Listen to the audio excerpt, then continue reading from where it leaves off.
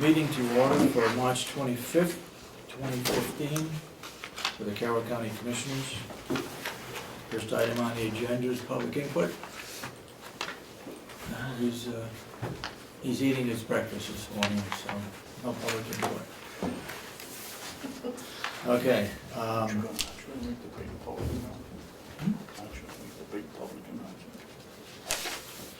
Yeah. Yeah. This morning at roughly 10 minutes after 8, Commissioner Babson was sworn in by Kathy Geary up here. We have pictures that would prove that it was done. I witnessed it also, so he is now a commissioner as it should be. Congratulations, welcome aboard. Nice to have you. Very much. Okay. Approval of the minutes, please. I'll make a motion that we approve the minutes Second. Any further discussion? of March 25th.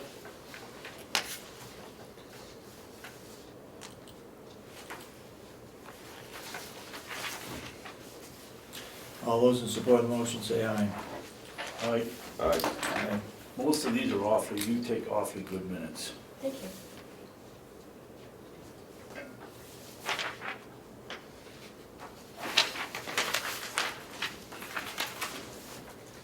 How about reports, Dave? We also have a set of non-public minutes if I can. You want to sign that sheet? Sure. Becomes the official minutes.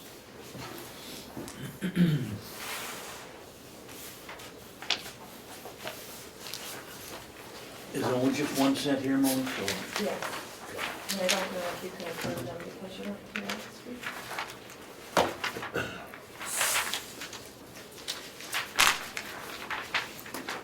There you go. Sign the other side. You want to give a report? Go ahead. Last night was the weekly meeting of the class over at the House of Corrections. Working for, I don't know, what the Thinking. tech- huh? Thinking for a change. Thinking for a change. And the young man that had been in the House of Corrections a year and 15 months ago, came back to talk with the 10 members of the class, 5 women and 5 young men. And he'd been here for burglary and dope. And I'll tell you, I went for 15 minutes and I was there for 2.5 hours. It just was an eye-opener to me. I think he had the inmates because he's been there. Sergeant Lieutenant Phillips and I just sat back and listened to him, and it was like a big freight train beginning to get moving. You know, it started off slow, and before they were done, they were telling personal stories, and it was really quite moving. And they invited him back for graduation. It's too bad more people don't get an opportunity to go and listen to this kind of thing, because some of these characters can be saved and turn their lives around. He's now running a assistant manager in a big restaurant up in Grafton County.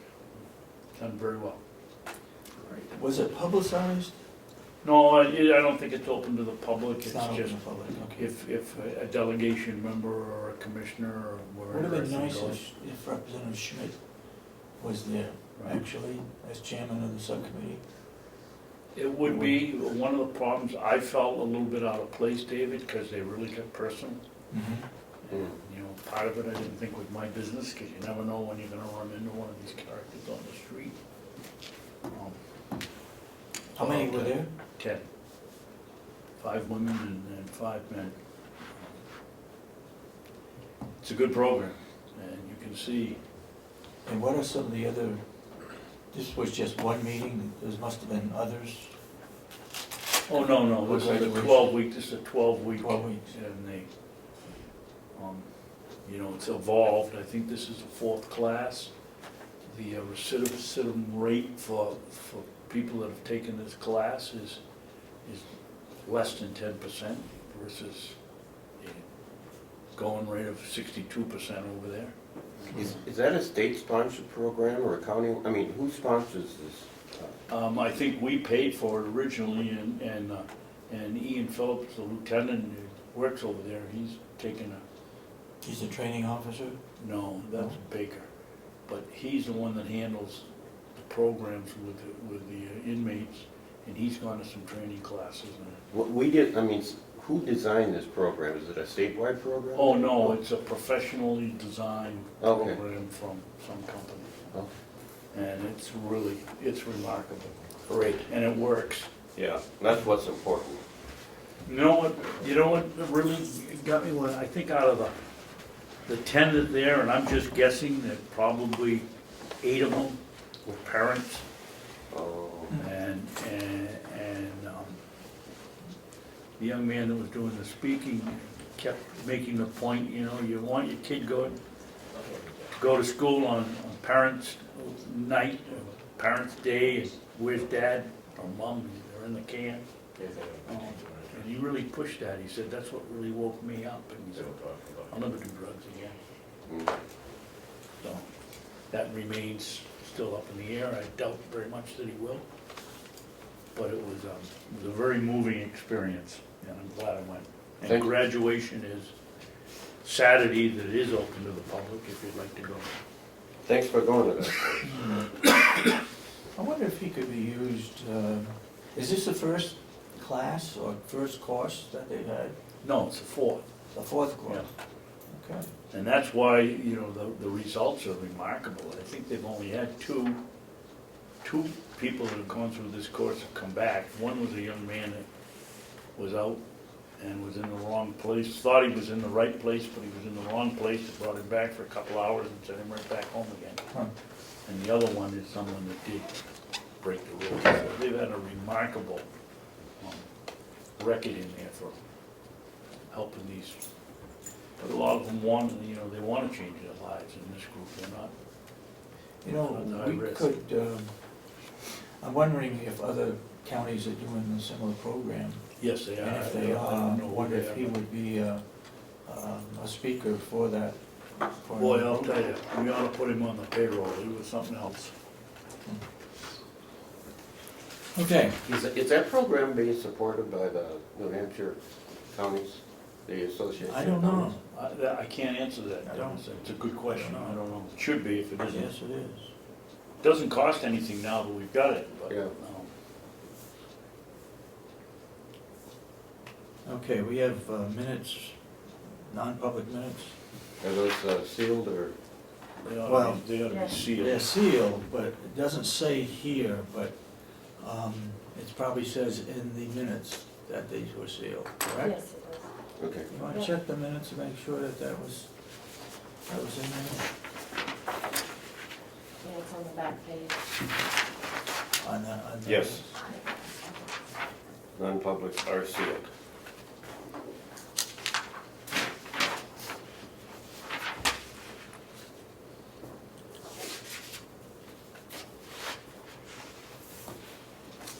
Do I hear a motion to approve the March 18th non-public session?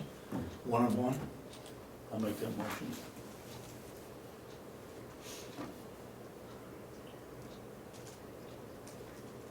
You're looking for a second on that motion? Yeah, I'll second that one. okay. All those in support of the motion say aye. Aye. Aye. So approved. Okay. Anything else to report on? If not,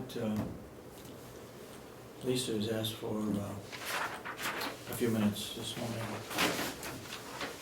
Thank you, Commissioner Sorensen. Last week, I went to the 91A information session, which was very informative.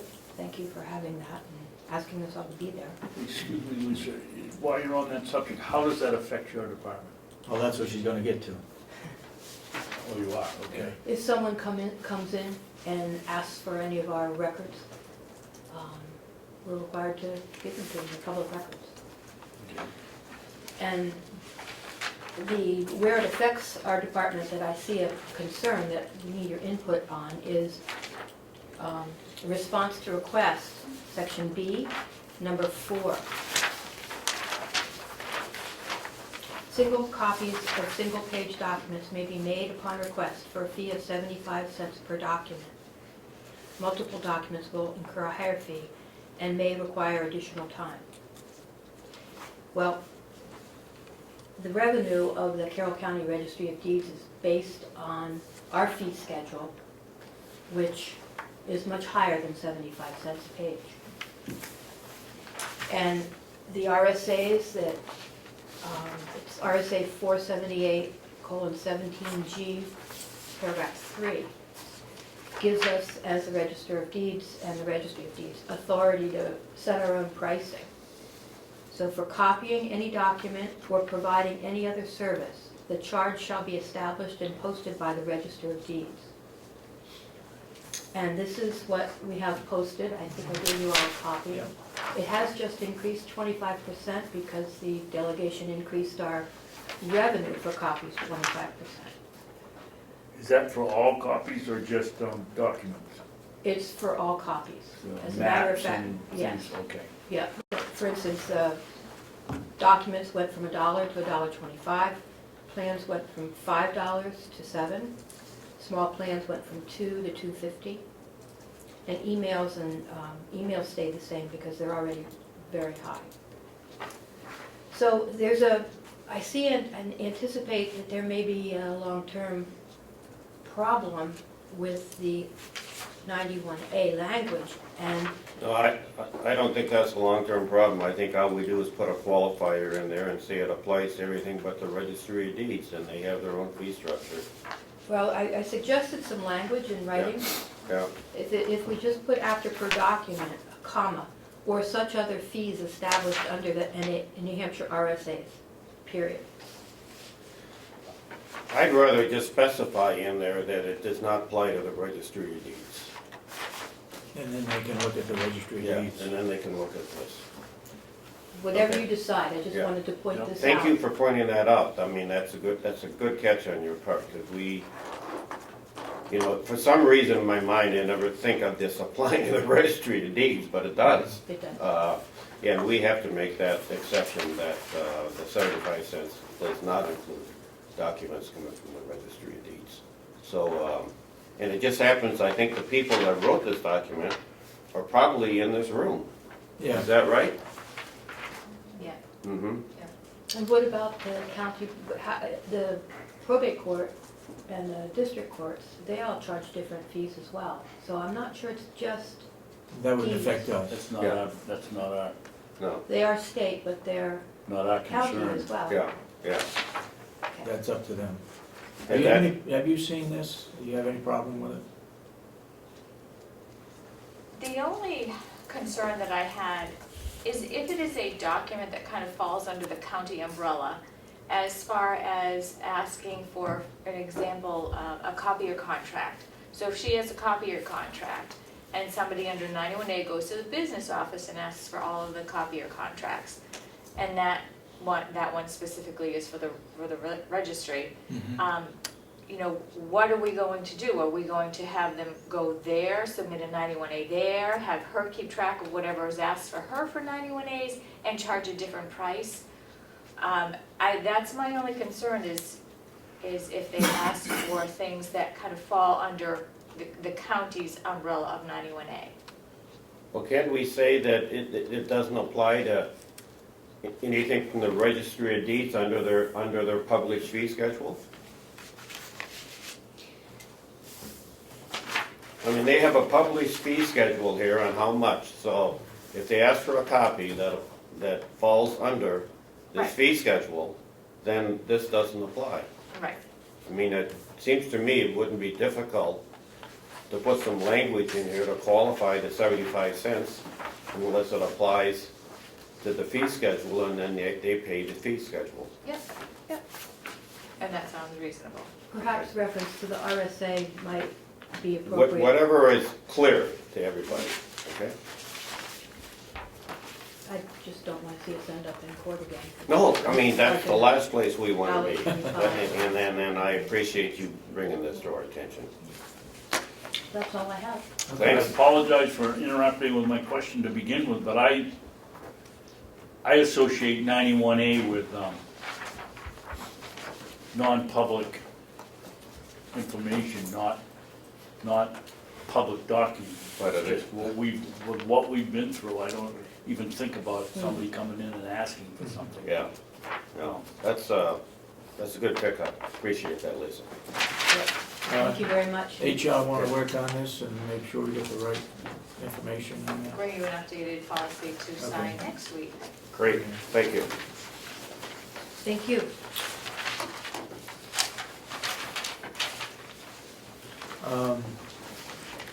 Would HR want to, Lynette, would you like to talk about the meeting, 91A training that we had last week?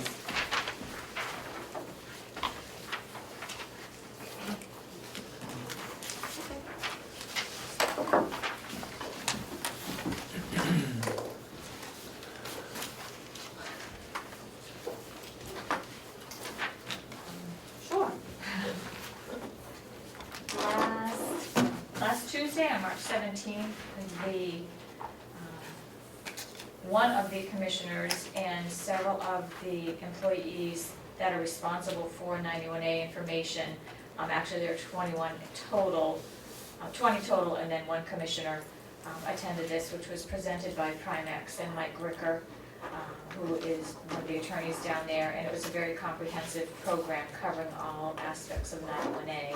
It was about an hour and a half long, and then we had another session where there was Commissioner Miller and Kathy Gary, who, of course, if it was more than one commissioner, we would have had to post it, but it was very well received, and I think people gained quite a bit of information from this. And as it was required by the court as a result of the lawsuit to have training and ongoing training, we had this one, and Commissioner Babson will be attending another one on April 4th or 7th. 7th, I think, down in Concord. And in a few months, once we get settled and with the membership to NHMA, we will have one of the attorneys come up and do one, and we'll invite other other towns, municipalities in the area, and schools even, if they wanted to come, to be able to hear it from one of the attorneys from NHMA. So that date and information will be forthcoming, and look forward to having other municipalities attend.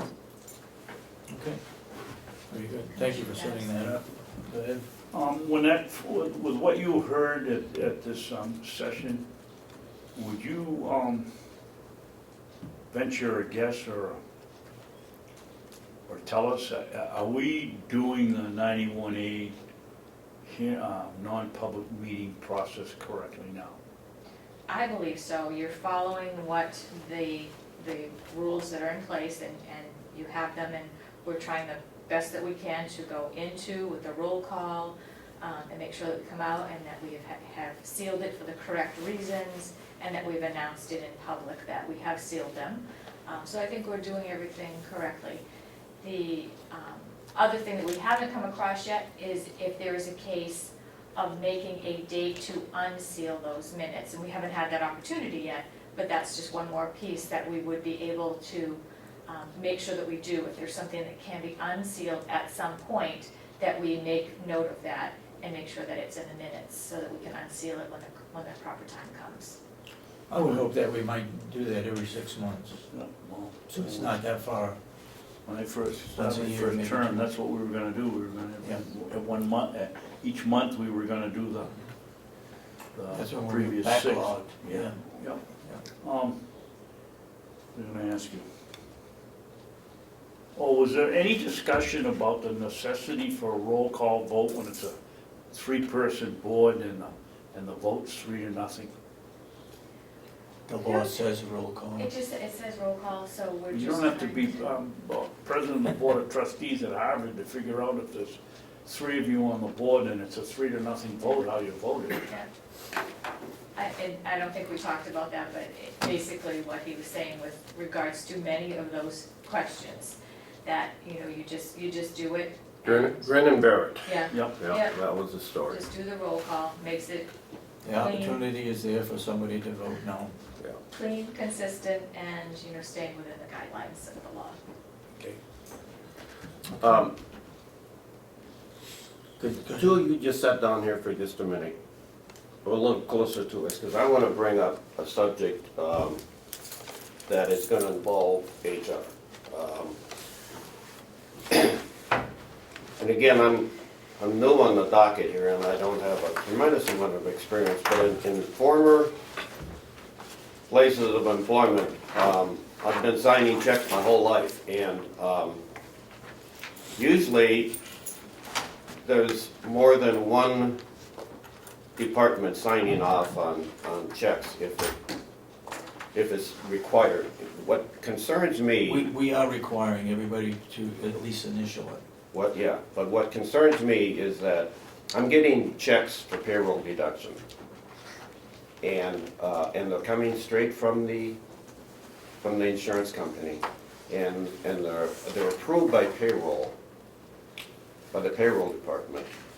But it stops there. And I might be the lone ranger on this, but on payroll deductions, I'd like it approved by 2 departments. I'd like it approved by payroll and by HR, just to make sure that the list is accurate and is complete and that we're accounting for everybody properly.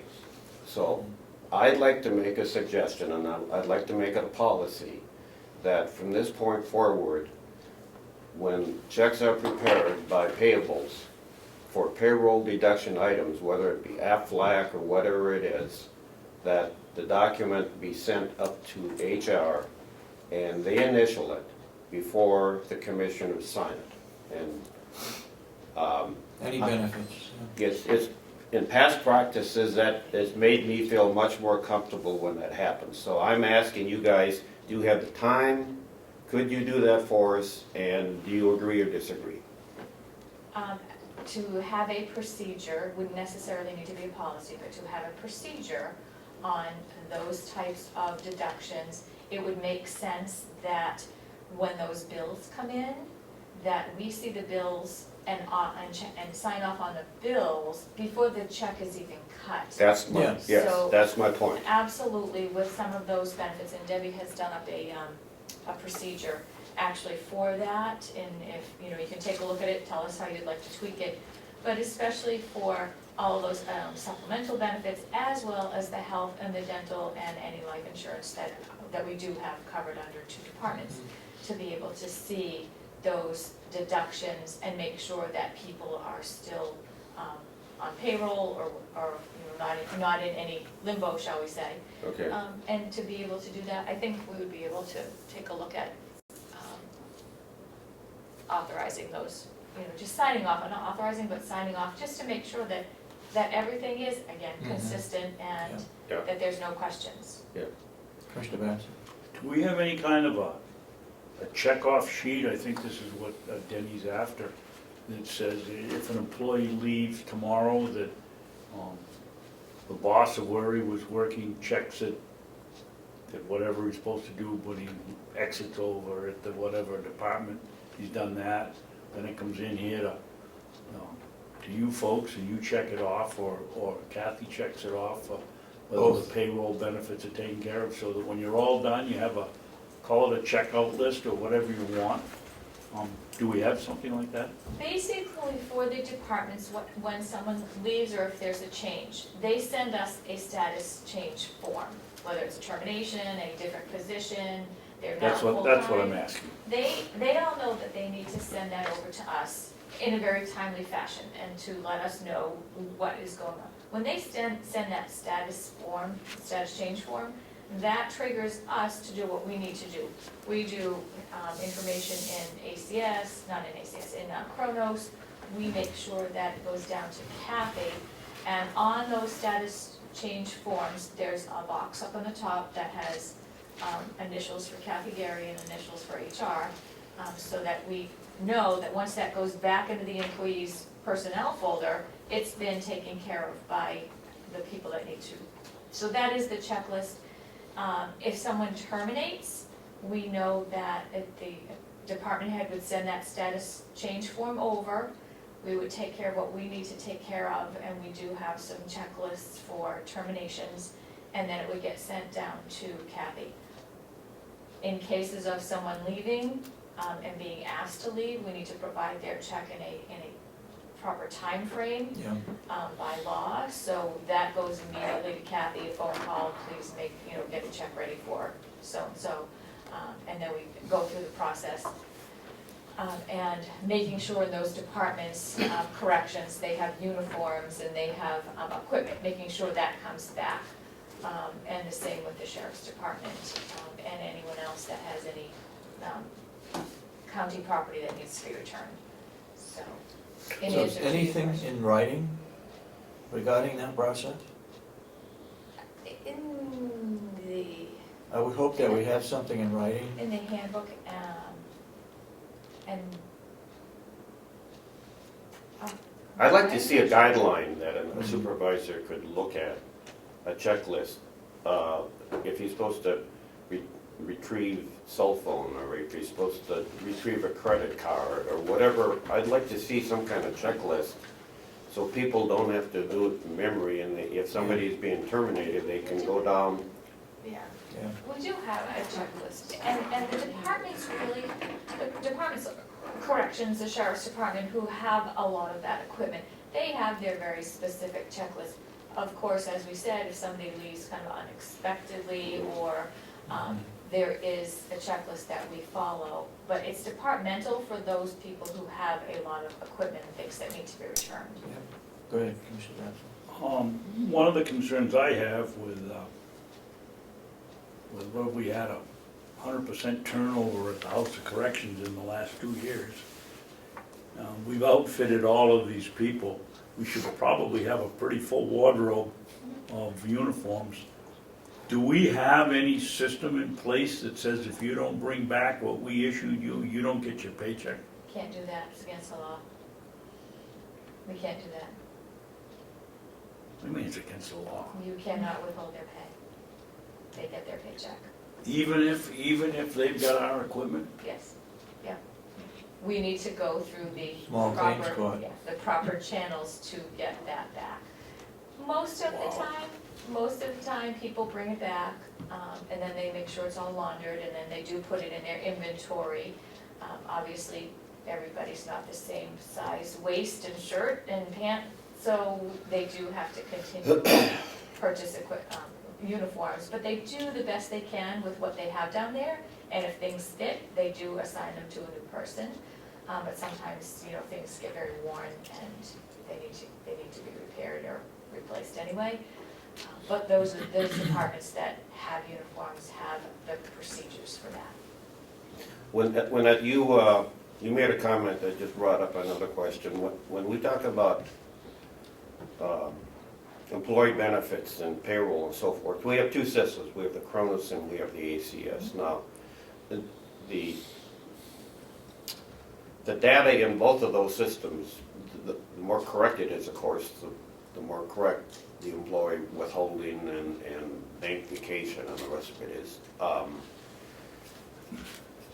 Do we have enough coordination between departments to make sure that the data between both those systems is coordinated enough so the data that we're producing for employee benefits is always accurate, or do we need to enhance that? Is that working okay? Would you like to speak to that? No, we try very, very diligently to make sure that that information is correct in both systems and matches up. Yeah. The ACS system is the payroll system. Yeah. That's been the one that's been used for 20 plus Right. years. The ACS system has all of those deductions in there, it has all the benefits in there, it has all the Medicare, Medicaid in there, Social Security, everything in there. So that has to be very accurate. And then Kronos has to have information in there so that it does match. We're still working on trying to make the accruals match. And that's been I guess the final challenge to ensuring that the employees have accurate information on their checks, or if they call that office, they get the same answer that they would get from our office, which is the same answer they should be able to see on the screen. We're still experiencing a few bumps with that. Is there anything the commissioners can do to speed that process along to make it more accurate? Is there any recommendations you can give us so we can get in the middle of it and make sure this stuff is accurate and timely and entered properly? From my perspective, working with Kronos as the timekeeping system, if I could get a listing of the active employees in the ACS system, that would show me what their dates of hire are reflected as, and what their accrual rates are reflected as. I could bounce it off what is in Kronos and make sure that it's accurate. As Lynette hinted at, we are having some difficulties, and the source of that difficulty right at the moment does seem to be with some discrepancies in hire dates. So why don't you send us a list of what you need, and I'll personally make sure that I'll follow it through on the payroll side to make sure this stuff is accurate. Because to me, it's important for when we have payroll information and benefit information, it's important to me that our employees can rely on the information we have in those files. So if there's anything left to clean up, please get me in the middle of it and I'll try to expedite this. Okay? Thank you. Can I ask a question? Go ahead. As part of this approval process and verification of employment eligibility for benefits, I'm just wondering if the approval could also include, or if it already does include, that when someone separates from the county and their accrued benefits are paid out, is that also first being routed through HR to make sure that the amount they're owed is accurate? Pretty much that's what he's talking about. Okay, I just, to me, he's talking about Bill's Aflac insurances and such, but also their separation check. Is that being double checked, or could that be part of the procedure? Is it part of the procedure now? I'm thinking on one of these, when it comes to one of, number 8 actually, we'll revise this and then let you take a look at a draft of this. We might be able to include some of that language. Absolutely In there, should be. to make sure. Nobody should leave here collecting. One of the things, I don't know how many years ago, I sat over here when they purchased Kronos, and the big selling point was nobody from this point forward is going to be able to say, I've accrued this amount of time and they hadn't, or I got this many sick days and they don't have it. And after 5 years, there ought to be some system where you people ought to be included, that when they go out the door, they're only being paid what they deserve. We're Well, long past that point. HR is responsible for all benefits, so they should see all All the the outgoing checks. outgoing checks. Absolutely. I have one more, if I could. Good. Is there, in the policies anywhere, what someone's hire date is? For example, if someone leaves, separates from the county for any reason, and then they come back a year later, is there a policy in place that shows what their... What the If they're seniority is? Exactly.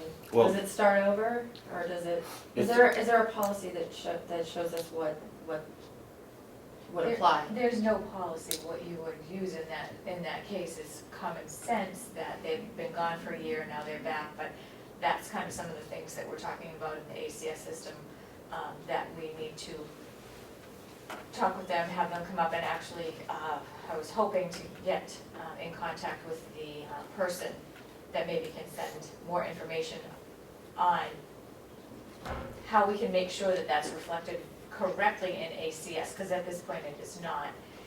And that's one of the things, I think, in the performance audit, when they identified that we need an HRIS system, that the delegation chose not to do this year, that would help with those types of entering into the system when someone leaves, comes back, when their status changes, because right now there's just one date in there, and that's causing some of the hiccups. So what happens? Somebody is here for a year, and they're gone for a year, and then they come back, then what happens? Is their time included? Unfortunately, When's their starting date again? Unfortunately, what I believe is happening in the ACS system is that they are just being put in for their original date in many cases, which is.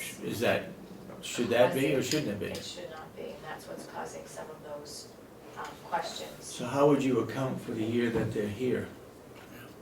You would have that in their personnel file, because when somebody separates employment, and they start over again, they're starting all over again. So even in ACS and in their personnel file, you should have all of those status change forms. They terminated on this date, they were rehired a year later, but a rehire is not, an Hopefully they original weren't hire. terminated, that they Right, moved to another job. yeah. Yeah, go ahead. Lynette, can you assure us that person A comes to work January 1st, 2013, leaves December 31st, 2013, comes back to work 1st of January. 1st of January on the 1st of January 2015. You're not telling us he now gets, or she now gets credit for 2 or 3 years of service versus, okay, you've got 1 year here, I don't know what benefits that would bring them, but at least I hope we're not giving them credit for a full year that they weren't here, or whatever the example might be. We scenario. aren't, in Kronos we aren't, but in ACS I'm not sure that that's the case. But we definitely need a policy that the Absolutely. hire date is the most current hire date. That needs to be reflected correctly, you're absolutely right. And we need, I think, you said it's common sense, I think we need a written policy that Or a written procedure. that in our systems, the hire date is the most current hire date. Of course, that's what it should be. And you don't get credit for any previous time, I mean, that's No. common sense. Yeah, Yeah. And actually, contractually, in the contracts, there is some language to that, but that should be addressed on those individual, based on those individual cases with. So when Yeah. an individual leaves, he or she is paid whatever's due to him, Yeah. and that Closes the door, that's Closes the it. door. It should. Then they start over again when they come back. Okay. Well, I hope that's the way it's working. well, we're gonna ensure that's the way it's working. I don't wanna get in the middle of this and This is make sure crazy. it's correct. That's why we need to talk to ACS to see if there's somewhere else that those dates are able to be put into that system so that it reflects, okay, they were, and It's just I like a don't new know. hire, right? right, they should be a new hire, but I don't know the ACS system well enough to see what other pages are in there where it could be entered. So you do have some tracking in ACS, but I don't know. Okay. And that's what we need to find out, and we need to make sure it's. Can you find out for us and come back next will- week or I the week after and tell us? Attempting to, so. Okay. I just have one other, if I could. The Kronos system does the timekeeping. The ACS does the payroll. And I've been wondering and asking for a couple of years why Kronos isn't doing both. Isn't doing both? Right. It's a cost because we don't have the payroll system in our Kronos system. That's available. We looked into some very basic pricing. It's expensive, but our ACS system does the payroll piece. Would that be something to look at in the future, to switch over from that? That would be, Just seems it would have eliminated a lot of the problems over the last 4 years trying to implement Kronos if it was all centralized into one software system. I haven't been able to get over that. I thought, that day I sat here, I thought that's what was purchased. no, now. And No, Kronos payroll actually system. has the HRIS system too that we had gotten some pricing for. It's very expensive too, that software is very, very expensive too. And the conversion piece of it, you know, the software might not be specifically, but the conversion piece is very, very expensive. So, baby steps, little by little, we'll Okay. get there. Thanks, ladies. Okay, you got anything else Thank you for allowing me to ask Cool. questions. for being here? Anything else you wanna, I guess not at this time, right? Not at this time. Okay. Be sure to keep me in the loop, okay? Yeah. Thank you. Okay. Ann, I'm waiting for, you're waiting for somebody, okay. so, Good, Jason. What else we got? Jason, you here for a particular reason? Just stop in. Just to find out what's going on? Sure. Actually, I just wanted to come in. Commissioner Babson went last night to the jail to thank you for a change You were program. late, he spoke about it I already. just want to say thank you. That's all. Okay. For coming over. Ian said the class was great, and just thank you for stopping in and going to that. Did Ian think it was as, I guess impressive is the only word I can think of. It was tickled As I pink. thought it was. Yeah, he was really happy that he came and spoke to the class. Thought it was definitely worthwhile. He was very happy with it. The only other thing is our new jail management system. The company is here. They've been here all week. They were here last night all night. They're here Monday all night trying to do data conversion. Because we're hoping to go live this week after we work out some of the bugs. And then so we'll be working on that for the next few weeks of trying to learn that system and use it. Jason, what would a typical bug be? On the data. One won't unlock the doors and let them out. No, this is just jail management system stuff. Some on the conversion end, like some of the dates didn't go over, some of the sentencing didn't go over, so we have to go back and either try to pull the data correctly, or we're gonna have to go manually in and put stuff back in. So we're going through all the files. It's pretty typical when you do a switch over. Some data will go, some won't, and you won't. And we have a tech on site as well from the company, so working on that as well. And that's through that Securus contract that we have. You wanna bring us up to date? How many inmates we have from Rockingham? 5? 5? All females? Yes. Was they by any chance all the 5 that were there last night? Pretty close. I didn't recognize any of the others. Yeah, I'm sure most of them were. And along with, Lieutenant Phillips went down and spoke to Rockingham, so to their prosecutors and stuff, they're gonna be, they understand the programs we have here, and they are gonna put recommendations to take the program. They can't sentence people to here, you can't do that from an inmate from another county can't be sentenced to another county. A recommendation we made, and the superintendent can choose to transfer, which is what Rockingham's doing. Giving us some that are recommendations, or just ones that meet the criteria that we're using on the farm, in the kitchen, and those kinds of things. Are there any programs that Rockingham County is doing that we're not doing? They don't have their house females. Okay, They ship them out. that's easy. Yeah, they go to Hillsborough County and Stratford County. Stratford County has a therapeutic program, which we're not equipped to do. We would like to move towards a therapeutic type of community. But that's next year when we talk about maybe adding more hours or a full-time mental health person. We're moving towards that direction. Mhm. So, Anything else? nope, I just basically want to come say thank you. Yesterday I went and spoke at Mountain Borough Academy. Oh, did you? Yep.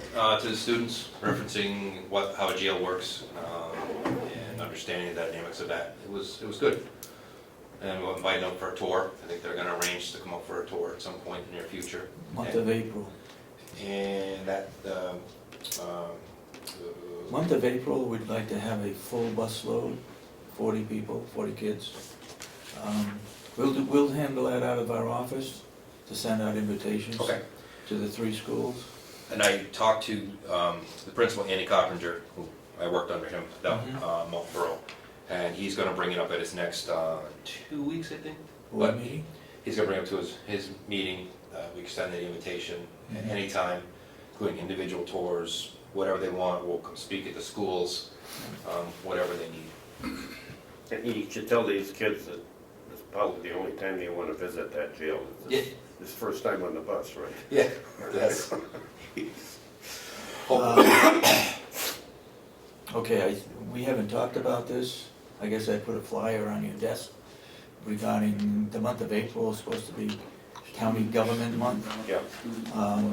In the past, we've invited the 3 schools to come in for a day. The nursing home puts together a box lunch for the kids, so we know how many's coming. And they visit all the different departments.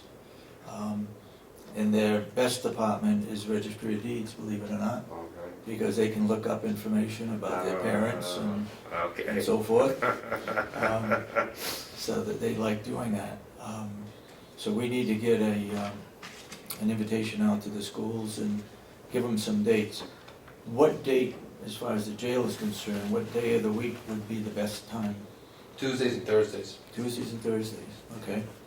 Full day program for these kids, or? No. No, They it's just a take a four. part of a day. Well, no, that's why I'm asking the question, David. No, it's The usually just students a- have come over here and historically gone from one department to the other. Mm-hmm. I would think if we're going to use the jail as an anti-crime program, that we ought to spend more than just a half an hour walking around the place and let them see how it really works and spend some time there. It's up to well, we can schedule it the way we'd like to have it. Jason, but But the buses, there's a problem with the buses, they have to leave after they've delivered all the kids to the school, then they have to pick up the kids, bring them here, then they have to be back early in order to do their regular bus routes. well, I So- guess I'm saying it doesn't need, the kids coming to go visit the jail don't have to be the same kids coming here for a tour of the campus. If they're Oh. interested in coming, they could come on another day. That's Jason true. Oh, could yes. put a program together for them. Yeah, We had that. One year, Kingswood High School wanted to said that we were bringing the wrong kids for the tour, that they had a special group of kids that they really wanted to have come to the jail, and we did do that. and that's what I've put out to Yeah. the umbrella, you know, if there are specific students that they would like to, for whatever reason, on Yeah. a borderline to, most certainly, then we curtail that program a little differently than a regular tour. Yeah, Because the regular tours, those kids that usually sign up for that are actually interested in getting to that field, or just knowing a little more about it. Okay. That other tour would be a little more specific. yeah, yeah. No, it's really too bad we can't give them a free overnight there. Well, bad enough. Really let them see, you know, you're sitting there like last night and all you do is you hear the doors banging, they're complaining they can't get out and do anything. Well, It one would be year. an eye-opener for One you, year let me before tell you became commissioner, we had that opportunity in the old jail. And we moved all the inmates out of that one section of the jail into another section. And we did lock the kids in the jail cell. And one young girl broke down crying, and they got her out, and she said, you know, I don't understand why my father does what he does to be in a facility like this. And so they moved her out right away, and the guidance counselor took her and took her home, actually. What we do is we go on the bus ahead of time and say, if you don't want to go to the jail, we will make other arrangements for you to visit someplace else. Not every kid wants to go into the jail. And some may Even though have, it's a good experience. and for some them. may have relatives that don't want in there, Yeah. so from the area that don't want to go. Yeah, yeah. So we do make that provision when we get on the bus before they depart the bus. So Tuesdays and Thursdays, Yes, okay. Anything else? that's it. Thanks. All right, thank you. Can I step out for a minute, make a phone call, check Sure. on the projector?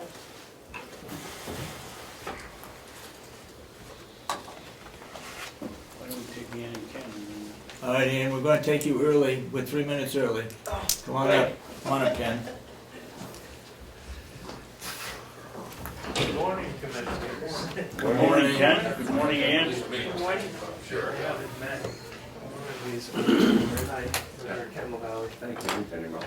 Extension, good to see you. Again, How come the advisory board hasn't got any nice shirts like that all monogrammed? I think they probably should. they're working on it. It's in progress, in progress. Pay for it. Yeah, we have to pay for them, so. Okay, you're here for That makes me feel even better. a particular reason, go ahead.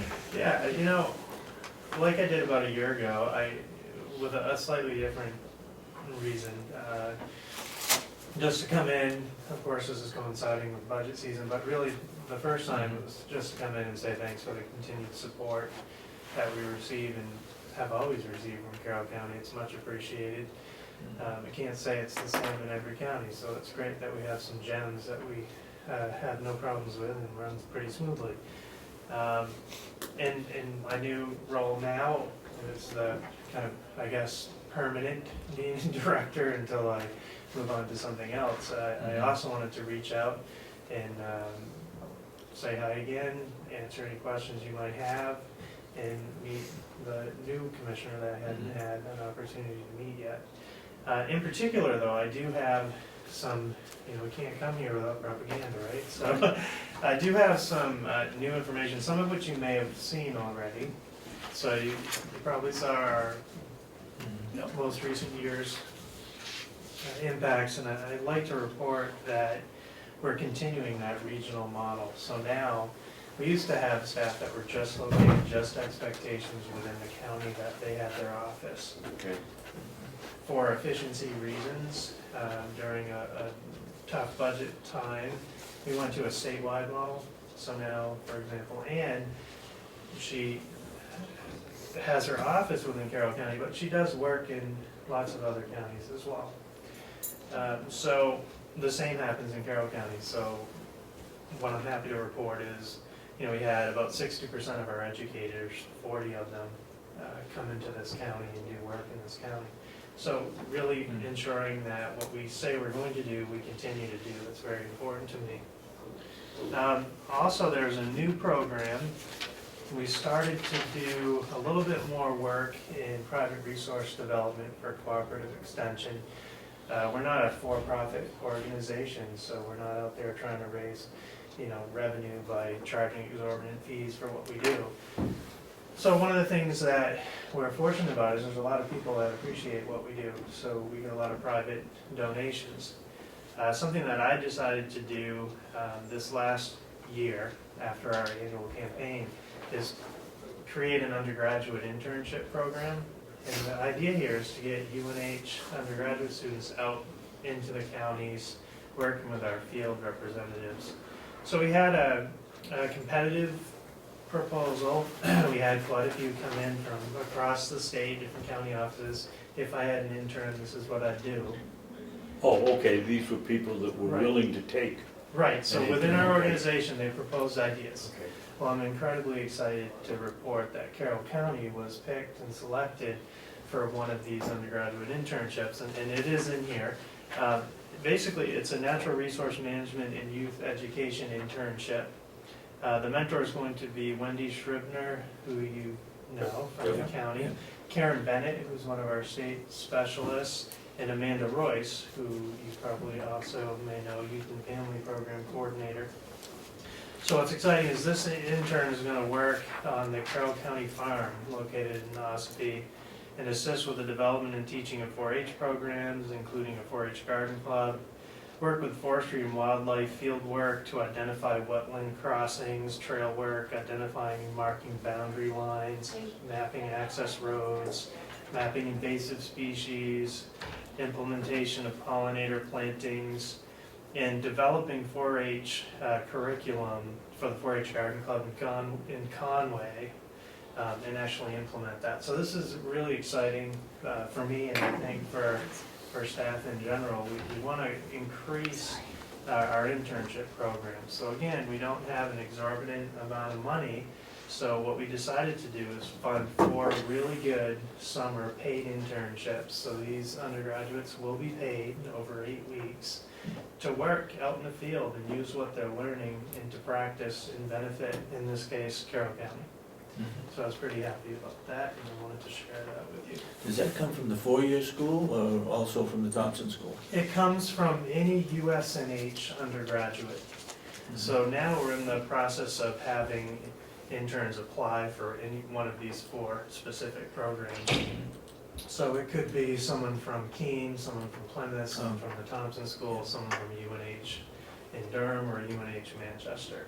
And I think that's important because, you know, some of these counties, like yourself in Comeau and Grafton, they're up there. So kids might be located closer to Plymouth State or Keene State, and that might be more convenient. But what's most important to me is to get these kids out there working with people who need their help, working with our educators that, you know, our whole mission is to help whomever our stakeholders are. They could be teachers, farmers, business people, whatever it might be. So I think it's important for undergraduates to get a little bit of a taste of what applied work is like in extension, because I'm thinking about the future and I want a lot of these kids to go into extension. So this is a great way for them to kind of cut their teeth. Is this a summer program or It's a an summer all-year-round program. summer program? Right now it's a summer program. From what time to what time? Well, again, it's really up to... When they're out of school? When they're out of school, that 8 weeks is going to be a negotiation between their mentors and when they get out of school. So my guess is it will start sometime in June and run for 2 months. What does a mentor provide? A place for them to stay and live Well, like in and this meals, case, or is it just no, 8 to 4 or 8 to 5 or whatever the time frame is? what's interesting about Carroll County is I think we had an advisory council member that is willing to put this person up. So that, I think that's pretty exciting. They'll too, stay at for your that 8 house. weeks. So maybe they're staying at your house, Dave. Wow, they can find a bed, they're welcome to stay there. Right, but the You mentors... get a big house, you got plenty of room. Yeah, the mentors, the expectation is there's gonna be a real close relationship over that 8 weeks with Wendy Scribner, Karen Bennett, and Amanda Royce. So they really get a flavor and have an opportunity to ask a lot of good questions. If they're involved in gardening, why wouldn't Olivia also be involved in it? Well, again, she probably will be, but this was like a competitive within the organization. It just so happens these 3 individuals got together to submit that. Okay. But I can't imagine that she wouldn't be involved. My wife runs a food pantry down in Wakefield, and UNH is currently putting on a 8-week slow cooking class down there for slow cookers. That is very well received. What branch of, what part of the extension is that coming from? That's actually part of our food and ag program. Okay. And it's Nutrition Connect, but it's within our food and agriculture program, Team Nutrition Connections. Okay. And Youth and Family, yeah. So it's Okay. part of the Youth and Family program. It's the SNAP Ed program, I believe, that's funding that, and you're part of that, so. Well, mostly Joy is, Mostly Joy. Yeah, Joy's the one that's Joy, putting it on, she's but really enjoying that program too. yeah, it's very well received. Yes. Excellent program. Yeah. That program, I've got to tell you, was at risk about maybe a year and a half ago when the federal government was thinking about approving the Farm Bill, because within that is this program, the SNAP Ed Food Nutrition, Okay. food Yeah. stamp program. Yeah. And we had no idea what was going to happen. It was down to the wire, and without that federal funding, we can't deliver that program. It's, we do it statewide. It's, we have quite a few staff that do it in each of the 10 counties. Yeah. It's a great program, though, I agree with you. Yeah. Is that, you pay for it? Pay No. part of it, or? Well, it's food pantry recipients, so they go down and we take food out of our pantry, and then we teach them how to do it in the slow cooker for, and take us an 8-week period, and at the end, everybody that's been attended gets $10 to go up to Hannaford, and somebody from UNH goes with them and shows them what kind of foods to buy and prepare. But they're actually teaching some of these recipients how to cook that up to this point didn't know how to It cook. targets so, low-income Yeah. families. yeah. Go ahead. Why is it limited to recipients of the food pantry? Okay, well, that's a good question. And it's one I that... can't cook either, but I I know. want my crock-pot. It's a great question, and it's one that frustrates me, because it changes almost annually. annually based on the guidelines for who can participate in this program. So it's not necessarily just food stamp, but let's say a school system has the school system has to have a certain percentages of youth that are getting reduced Free lunch, lunch, yeah. free lunch.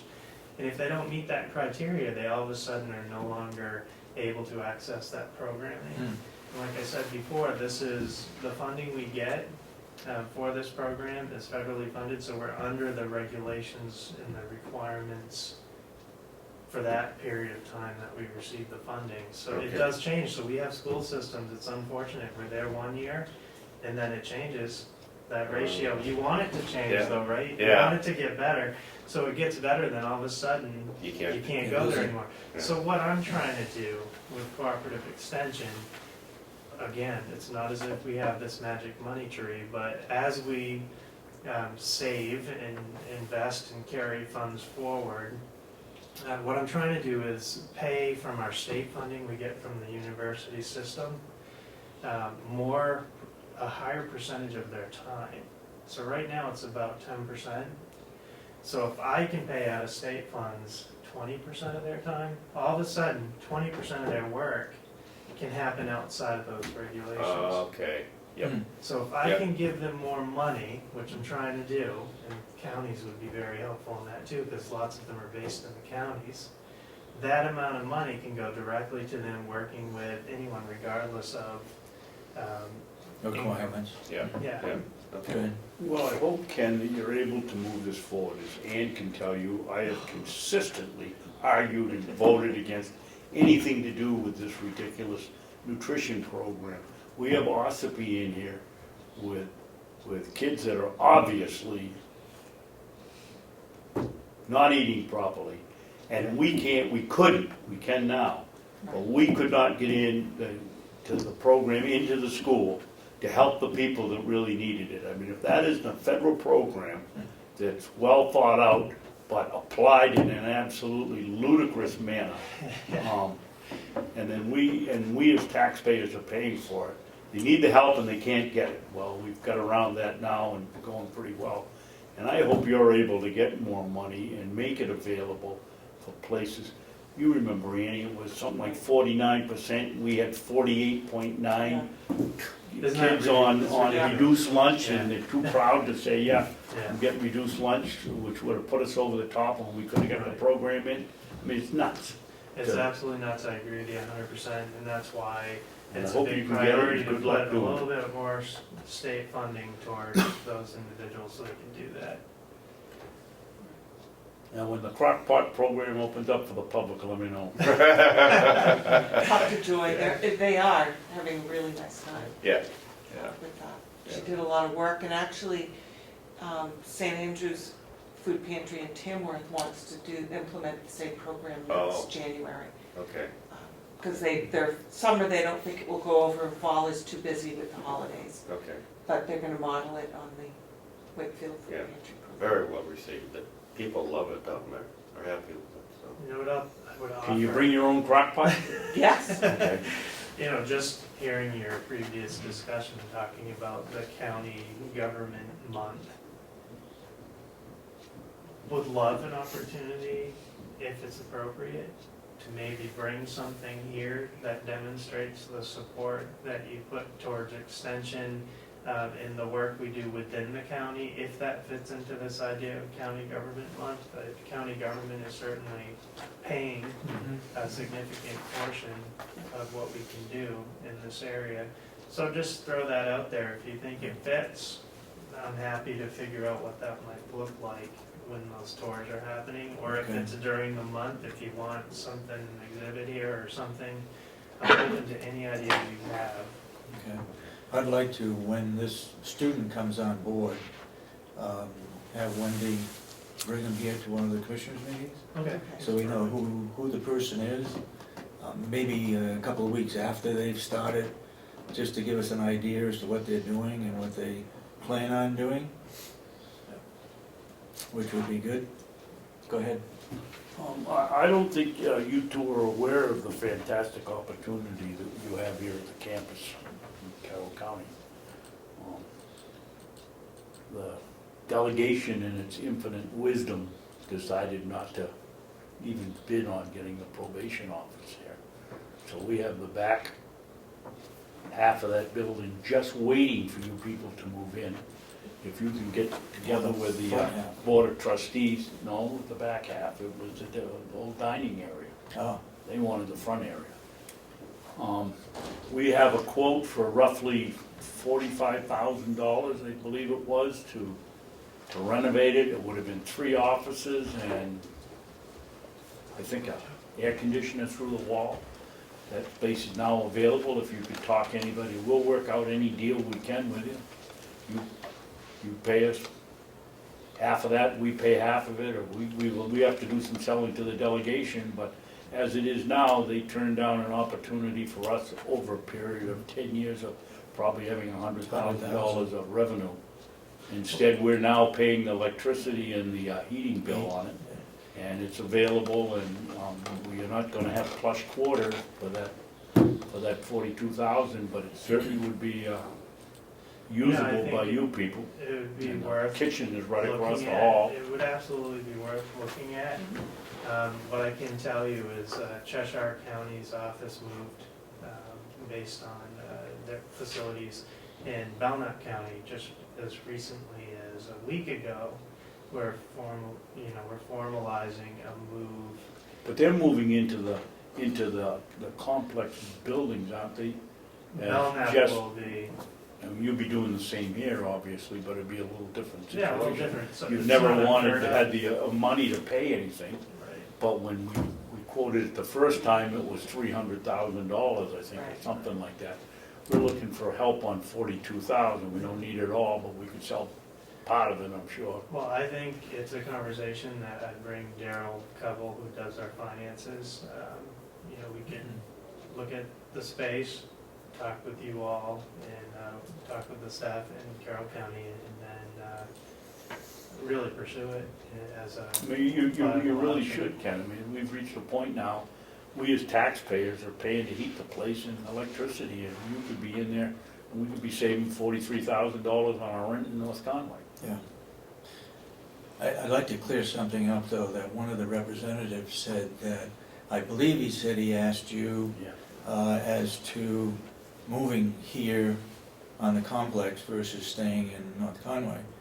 And I believe he reported that you said that they were satisfied with the officers in North Conway and therefore wouldn't, That's where they're gonna stay.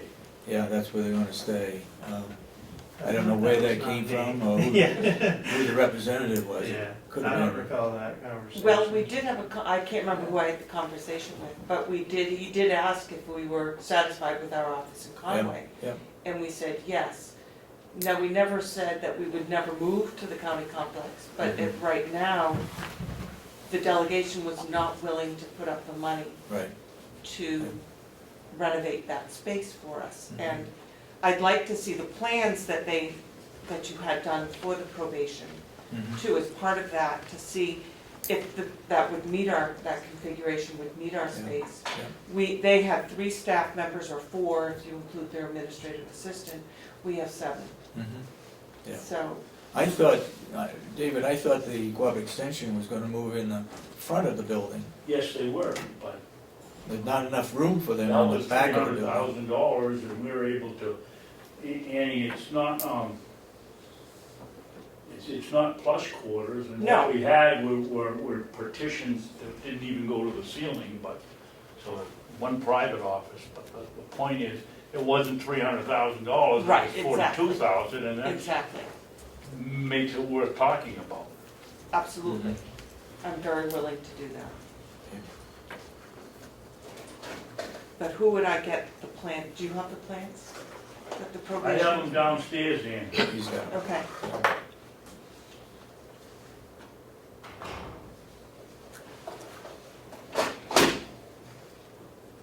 Okay. Well, change the subject a little bit. I want to thank you, Ann, for organizing the day with representatives and so forth for a breakfast that we had at the nursing home. I think that's a good thing to do. It gives you more visibility with some of the representatives, not all of them are there, but. Quite a few. Yeah, They were quite a few. there, yeah. So, Well, thank you. We plan to do that again this year. Mhm. And that's all through private donations. We Yeah. don't spend tax dollars on doing that. which is good to have on your invitation. Yes, we do put that. Yeah. I did have one other question. I Yep. understand the delegation did approve the budget. Yep. Did they continue to approve our request? That was in Yeah. their original vote.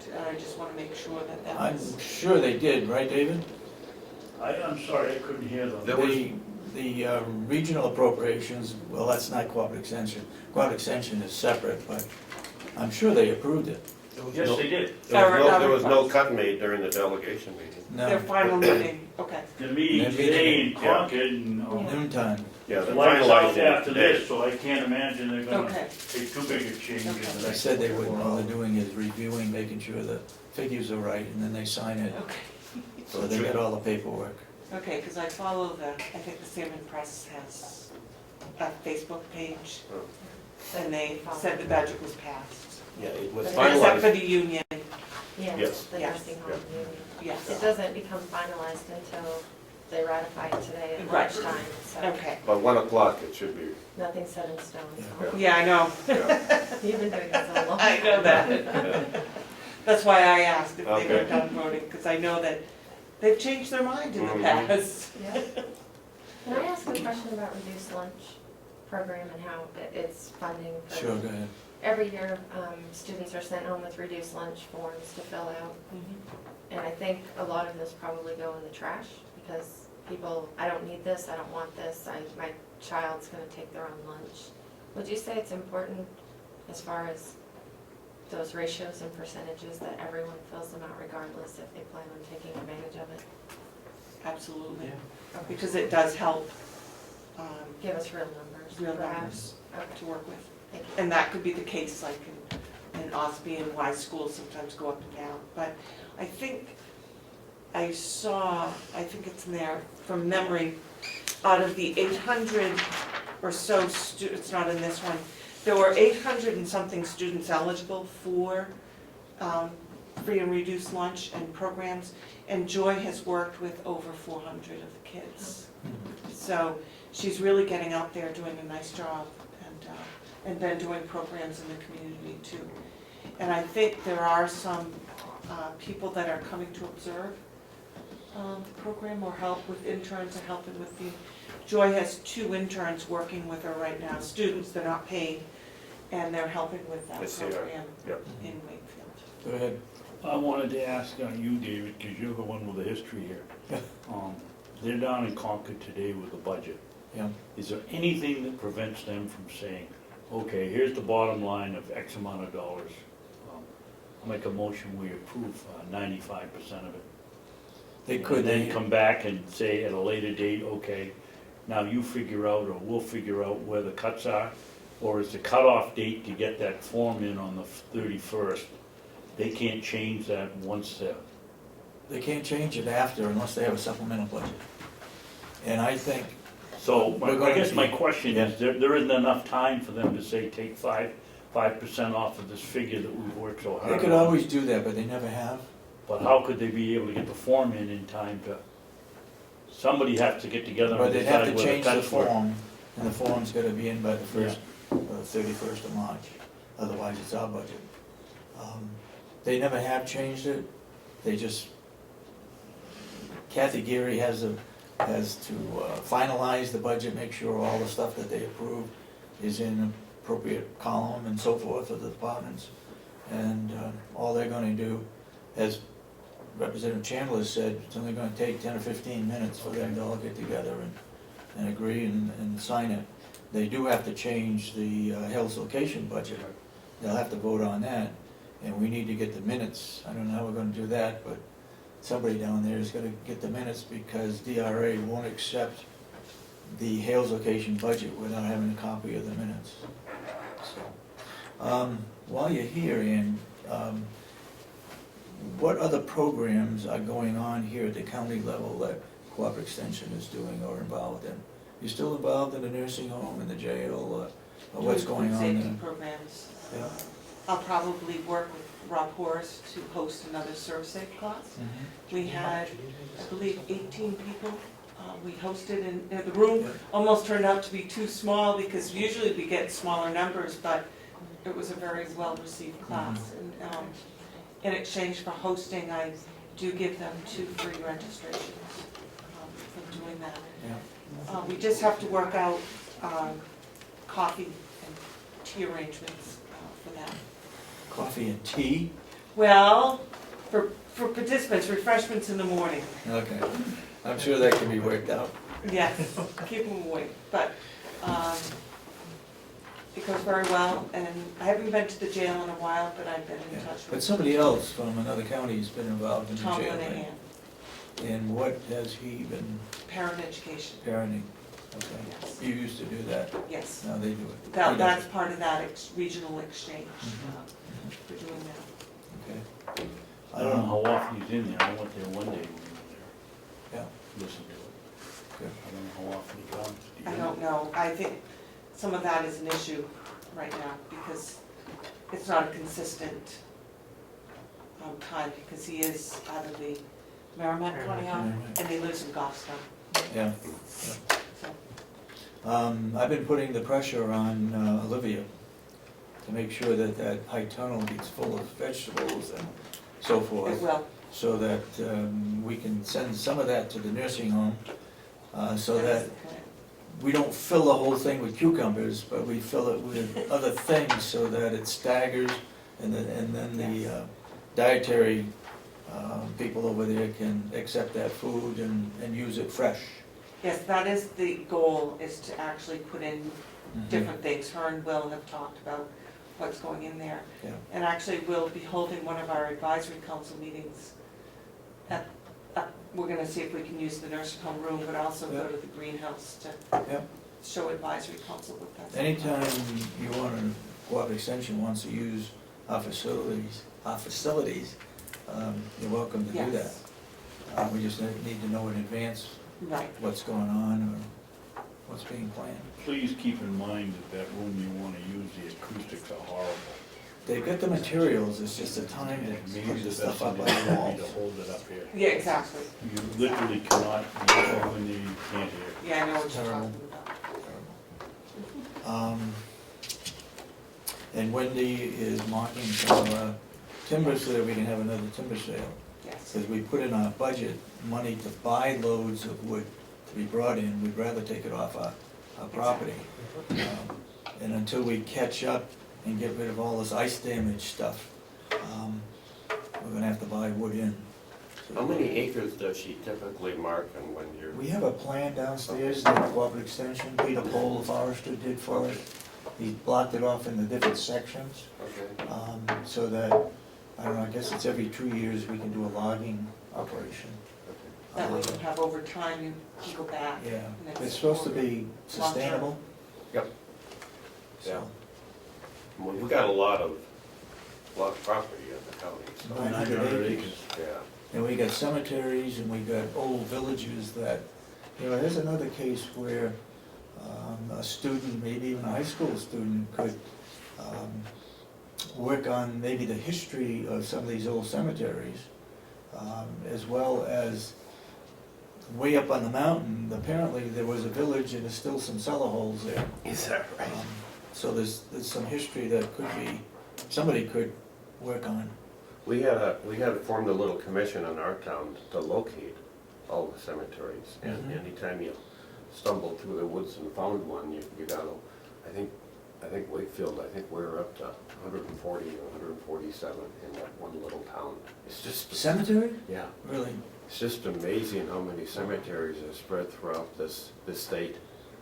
Especially you get back on some of the bigger acreages, and every homestead had their own cemetery with it. Yeah. And sometimes they're overgrown, but you stumble and you see the headstones, and they're all over, Yeah. so. I have a cemetery on my property that the previous owner was buried there with his 2 wives. It's So there's a headstone and there's Yeah. 3 little sunken holes where they were buried. Okay, anything else? No, Aqua Extension is here? only that we'd like to get them down here on the campus. Has the I'll rent, work with you the on rent that. hasn't gone up, right? No, Okay. no, but we're in for renewal in October. October, yeah. I don't think anything's gonna happen between now and October. Anyway, the But we more can that at you least can start do working for the on that. county, the better cooperative extension is accepted, and even though we don't pay you directly for the benefits that we receive, all the taxpayers in Carroll County do. And I'm sure that you are spreading yourself out to all points of the Carroll County, Absolutely, so that absolutely. we've always said that as long as an agency does the whole county, we have no problems. If it's Absolutely. part of the county, then we have a problem as to whether we fund it or not, so.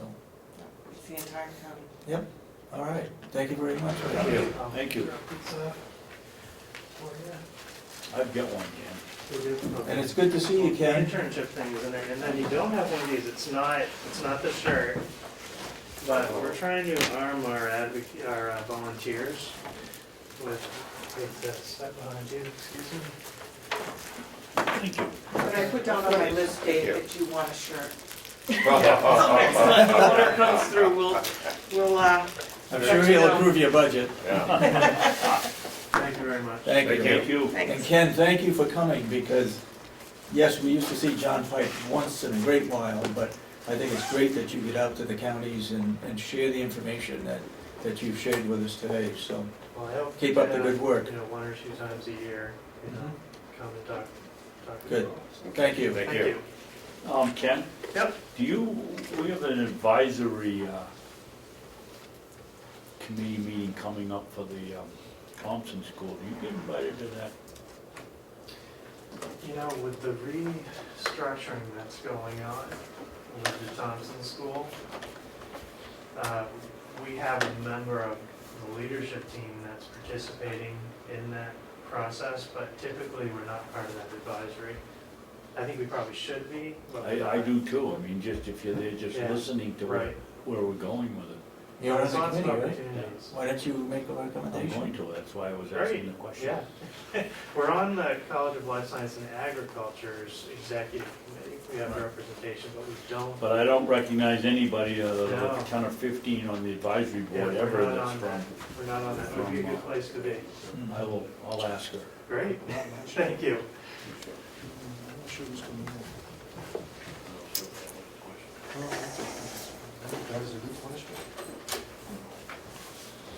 Okay.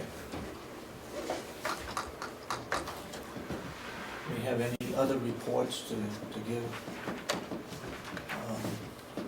Wouldn't it be nice if they move into the back part of the building?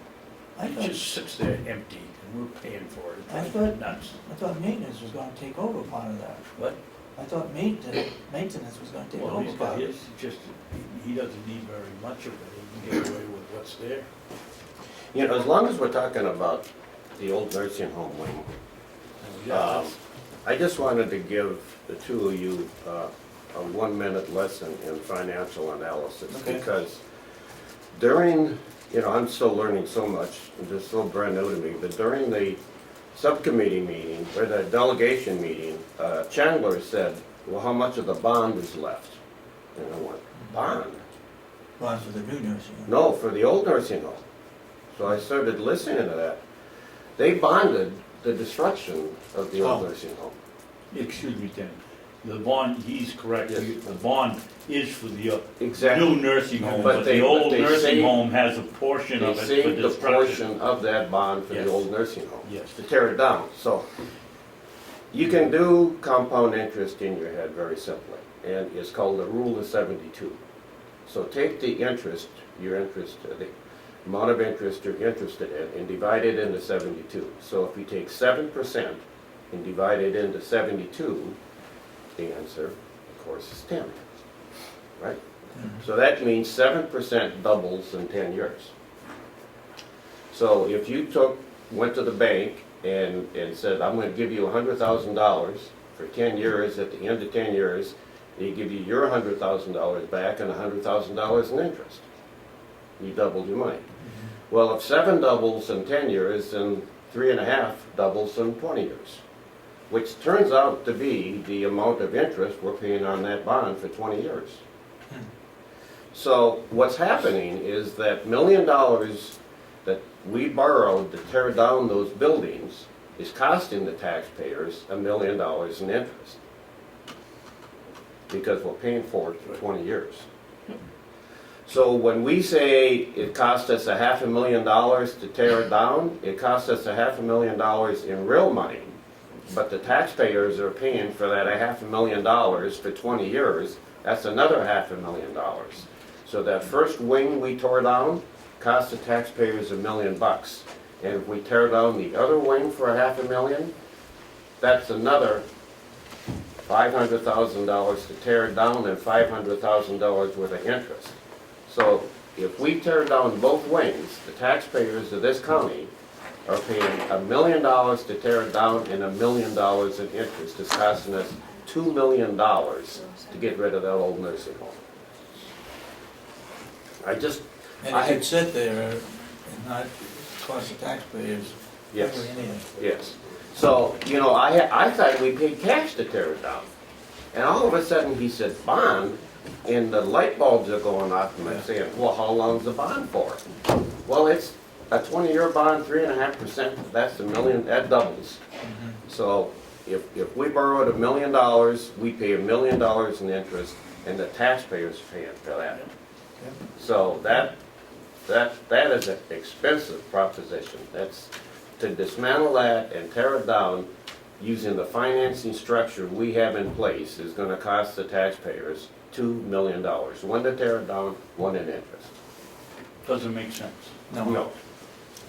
Go ahead, Howie. I think you have another problem too, because I don't think the money that you borrowed on the bond, if it isn't used, I think it has to be used, because I think there's prohibitions that keep you from using arbitrage, otherwise investing or using it for any other purpose. But we're still paying money on that bond. You're still paying for it. Exactly. So there's still a cost, but at some point, it's usually 3 years, in some cases I think 4 years, after substantial completion, you have to wrap up the bond to essentially close it out. That's right. But in the But meantime, you could actually return that money to reduce principal too. we could. But We you could. can't use it to reduce taxes. No, you can't use it for any That other was, purpose. that was what was Yeah. said at the delegation can't. meeting. You cannot use it for any other purpose than for what it's. Capital We could pay off that You bond. pay the principal. We could pay it off. That Not you the could, interest, but the But principal. if we use it and the delegation said, well, why don't we tear down the other half with the remaining bond? that would be allowable too. That'd be allowable, and that's what's gonna cost us $1 million in interest. And it would be paid back over 20 years at Yes. 3.5%, so it's gonna Yep. cost us twice Yep. what we put into it. I'm gonna make a quick, Okay. I bet you, the other one wants to Take project it 5 it. minutes? yeah, is that pretty clear? You understand that concept? I gotta think about it some I do. more. Go ahead. How would you? Yeah. I'm just a projector carrier. Do you have VGA? We're gonna take a 5-minute recess. No, good. Some of the new laptops have HDMI. Yeah, That's not impossible. Well, I know, Shelley, I've met Shelley on the phone, and I've never That's met you. Steve Hamilton, This is Steve? Denny Miller. Dave? It's a pleasure to meet you. How are you today? Have you met Dave? I have. And Dave? We've been at it a long time. And you're Ambassador both in and I DRA? Right? Fairly Long well time, right, acquainted. Stephen? Yes, it's Okay. been a while. Thank you. Good morning, and thank you so much for inviting us here today. Shelley Gerlano and I are both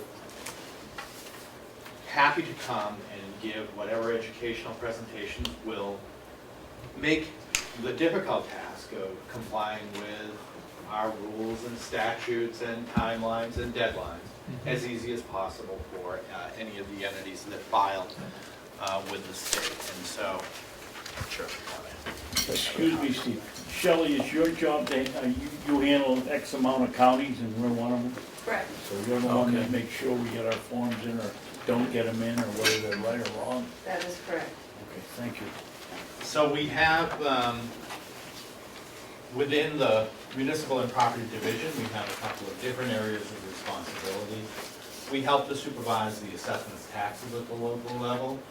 We establish tax rates for the municipalities. And in order to do that, we have a bureau, the Municipal Bureau, that collects information from all kinds of entities. That includes the 540 municipal entities within the state. That's counting all of the cities and towns, village districts, school districts, and the 10 counties. All of that information, which is contained on about 6,500 forms, it has to be assembled into a tax rate every year. There's a total of about 975,000 data elements that pool in to create tax rates for all of the entities. And the two things that we try to focus on in setting the tax rates for the municipality is to make sure that it's accurate, that the information is genuine, that everything makes sense, and that it's timely for all of the municipal entities, including the counties, rely on the collection of property taxes to fund a majority of their operations. And so those are the two things that we try to focus on. We're going to talk about the budgeting process for counties. So this presentation is specifically tailored to the reports that are filed to the counties. So the things that we're going to try and cover are the elements that we can help the county with. What is it that we can do to help you? Identify the forms that you file with us. Talk about DRA and the budgeting process. Talk about the due dates for the forms and reports that need to be filed. The process of public hearings, the voting, reporting of the results of the votes, some of the applicable RSAs, and hopefully answer any questions that you might have when we get to the end of the presentation. Well, that was what I was gonna ask. Do you want us to ask questions as you go along, or You know what? try to hang on to them until you get to the end, or? I think if you've got a question, just jump right in and interrupt me. Okay. And anybody that has a question, just let me know and Thank you. we'll stop. Shelley is going to be able to answer any of the technical questions for, I'm more of the administrative bureaucrat here, and so I'll be talking more, but Shelley will have the real knowledge if we have any actual questions that I won't be able to answer. Can I start off the question right off the bat? Yes, you may. Is there any way or logically, chronologically, that 45, the 42, and the 46 are coming in a row that would help us remember as individuals when they do? Did they go 42, 45, 46 on the due date, or did it shuffled around, or? No. Yeah, Okay. Short answer is They don't no. match up with the chronological. Your date. first report that you do, that you construct, is the 46, which isn't due to DRA until September 1st. The first report that is due to DRA, and probably your last report in getting prepared, is the MS 45, which is due April 1st. So I wasn't there when they numbered the forms. I'm not sure the rhyme or reason to that, but if you just always say, your budget is your first step, and then the voted appropriations of what actually happened when you have your convention meetings, and then your 45 it's a summary of what you did, the actuals for the prior year. And the numbering, it rhymes with the other municipal reports that we receive. So the 6 series, 46 for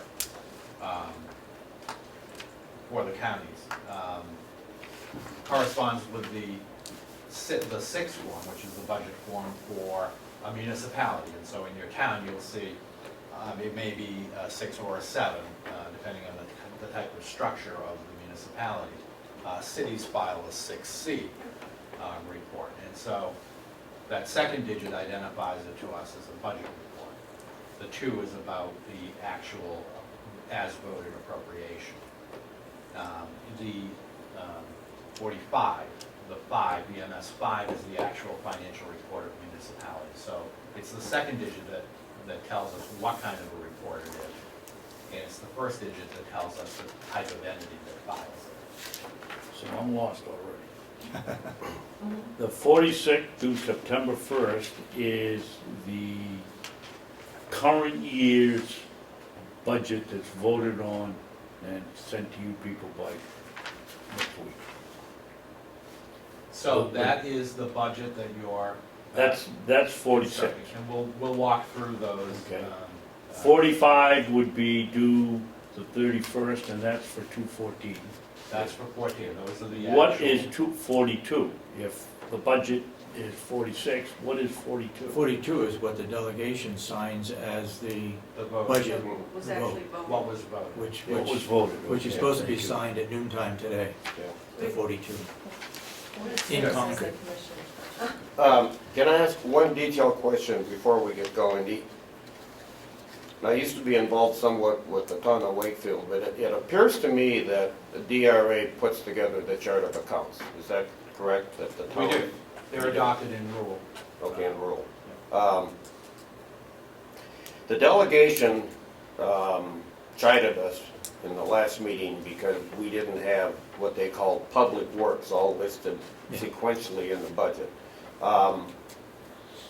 I don't think we have a lot of latitude. I mean, the budget is coming out sorted sequentially by the chart of accounts, and the chart of accounts is dictated by DRA, so we don't have a lot of latitude in changing the chart of accounts, do we? Or do we? How much? We How much freedom do we have to go in and restructure the chart of accounts so we can, None, none? no. No. We don't want you to change the chart of accounts, but we do have municipalities that do sub-accounts. But, okay, I understand we can do sub-accounts Yeah. within that, but the chart of accounts is, that's It's your structure and we have to follow it, correct? Correct. correct. Okay, And we do that for the entities so that when we pool the information, that's all uniform. it's all Yeah, uniform. exactly, yeah, okay. We have a system that allows for some individuality, as Shelley said. These account codes can be broken into sub-accounts so that they roll up into Right. the code. And how a county or a municipality does that is really up to them if they want to do that. But the actual code for the account, we anticipate that you're going to use. What you The chart designated, yes, okay, thank you. Okay. Another question on the same line subject. There's something in there that says the farm has to be separate. In the chart of accounts. Yes. Yeah. We have the farm, it's basically a maintenance department except for hay and a few vegetables. How do you reconcile that? Well, I think what you're talking is more of an auditor question for your CPA auditor on how they want to track it. Your county farm should be listed under whatever the account codes are, and I apologize for not knowing all the county account codes, but, so the county farm information falls under that. If there is maintenance that, you know. Water and sewer, that comes under the farm here, but, No, no. well, they do the No. work, I'm sorry, they Right, do they the do work. the work. The but we- accounting is, it's separated. The Right. accounting is separated. Yeah, the maintenance, sewer, water, and farm are four separate. The Right. farm itself is on this MS 42 as farm, and that's where that gets. They from. wanted to combine the farm, the maintenance, and the sewer in the one category, Called public work. public works. The water, the water is different because it's an enterprise fund, Mm. so that has to be separated out. But you're saying that we can keep it just the way it is as far as farm maintenance and sewer. Yes. Okay.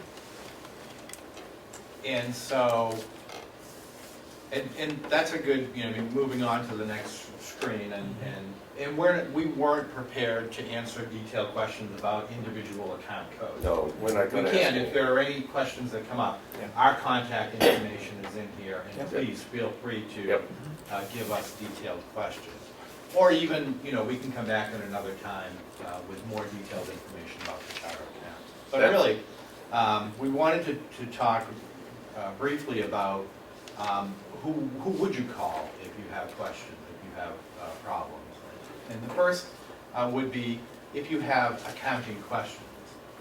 The accounting questions are going to be best answered by your accountant, by the company that you hire in order to keep your accounts and audit your books.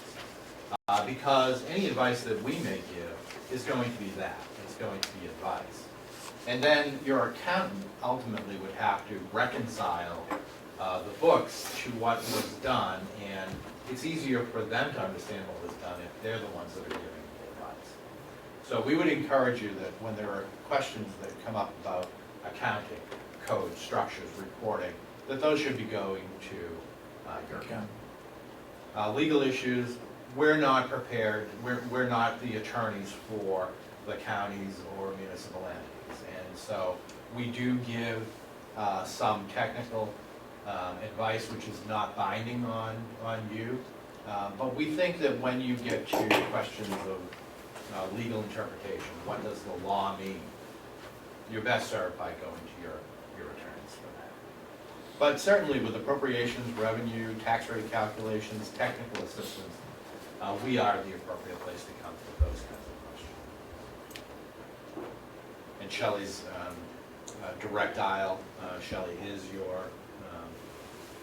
municipal advisor for the county, and her direct contact information is there, as well as the contact information for the Bureau. The forms that you filed have already covered this. The MS 46 is the budget form. The 42 is the appropriations as voted. That is filed by the clerk of the delegation after the convention. And the MS 45 financial report, which is due, I think, on Wednesday of next week. It's an April 1st filing deadline. If the MS 42 is literally going to be signed and ready this week, why do you not, why is it the time on the MS 46 way back in September? Why do you allow everybody, if the budget's finalized by the 42 by the delegation, the 46 isn't due until September? Is that because of the counties on the alternate fiscal year? That there are counties that are on optional fiscal year, so you're a calendar fiscal year. Yes. But some of them are on an optional fiscal year. Yeah. Also, there are supplemental appropriations that do occur. Okay. And so we don't think of the process of appropriation being closed until that September 1st Okay. deadline comes. So if we, And from a practical standpoint, we need that information on October 1st Okay. in order to be able to set the tax rates within the state, including those within the county. Yeah. And so, we would encourage anybody, as soon as that form or report is ready, go ahead and file it. There's no harm or foul for filing it early. In fact, it gets you in there, and then you can't forget about it, and you won't get a call on September 10th that says, hey, we haven't received your report yet. And if there are supplemental appropriations that occur, you can simply make an amendment to that. Okay, thank you. so supplemental appropriations has to be done before September 1. I believe that's so go ahead, if you can Yeah, answer. no, I think you can have a meeting after the fact. You would have to make us aware that you were holding another meeting. Because I have After- had a county where I want to say it was in October that they met. Really? Okay. And then I know you have 20 days, but after your supplemental meeting to get your information to us, at that time, if you were ever to be that late in doing something, I would recommend getting them in, obviously before the 20 days, or you're gonna get your towns calling you. Right, and then we run into the practical situation of, if a supplemental appropriation is made after we have apportioned the county, and told all of the constituent communities what their obligation is going to be to the county, that comes into conflict, and that's something that, we want to try and resolve.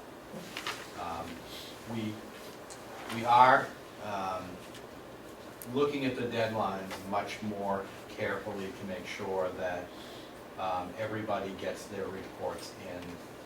For that practical reason, that we need to set the tax rates.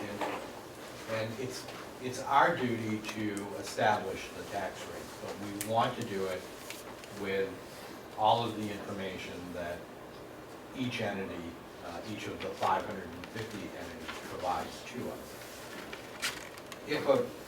If a community doesn't file a report, if a county doesn't file a report, that's not going to stop the process of setting a tax rate. There would be a point at which we would have to substitute our own best information and judgment in order to make sure that the orderly collection of taxes proceeds. Because there are deadlines about the taxing system which can't be violated. Some of them include property taxes can only be billed within the tax year. And so once April 1st begins and before March 31st, you have to bill your taxes if you're a municipality. If you don't, you forever lose the right to collect those taxes. So there are practical points at which, we anticipate receiving the information, but if we don't receive the information, we're going to have to act in the absence of it. Okay.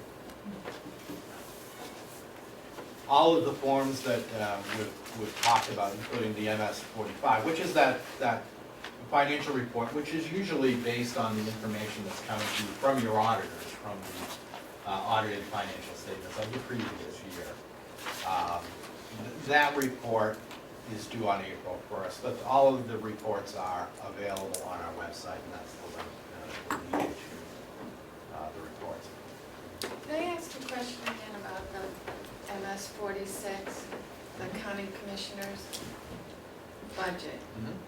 We always get it in 2014, for 2015, we submit it by December 1st. And that's correct? Right. Yep. And we'll cover some of the posting deadlines and the meeting notices. But it's and not other September things. 1st. Well, that's when the report is due to the Department of Revenue. By the following September. Okay, but we The submitted. posting is completely different. Okay. And there are specific notice requirements on Yeah, that. we publish It has to be notices, sent out yeah. to the chairman of the Board of towns, Selectmen yeah. of the town, and we cover that. Yeah. Okay. So that budgeting process, really, it is the commission that's creating the budget. You're using that MS-46 report. You hold a public hearing on the budget. And then the annual meeting of the convention, the delegation will adopt or make changes to the budget. The minutes of the meeting are important. They constitute part of a completely filed MS-46, and those have to be filed by September 1st. And if there are supplemental appropriations, then the minutes of the meeting which authorize those supplementals need to be included with an MS-46, which would alter or append the original file. Steve, I guess this is where I'm confused, and neither it's me or the paperwork. I just wrote down here a few minutes ago that the MS-46 must be filed by September 1st. And that's for the commissioner's budget. If it's the commissioner's budget, why, I couldn't hear what you said to Kathy. We don't have it done by the 1st. We have it in on December 1st. No. It's September 1st following. Yes. It's So not this is, early. so it's got to be the previous, it's got to be the one you, if it's 2015, it's the one you approved December 1st, 14. Exactly. Okay. That's where it gets confusing. I mean, you prepare that budget so early, and then you have to get it out to your, to the members, but it's not due to us until September 1st.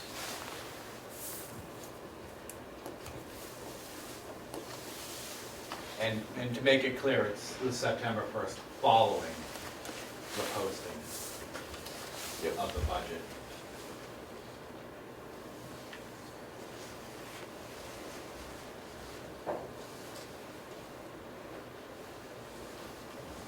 So your part of it, creating the budget, and then you hand it over to the delegation. They hold the convention, which has to be held within 90 days of the beginning of the fiscal year. So it is, for you, that is the same as the calendar.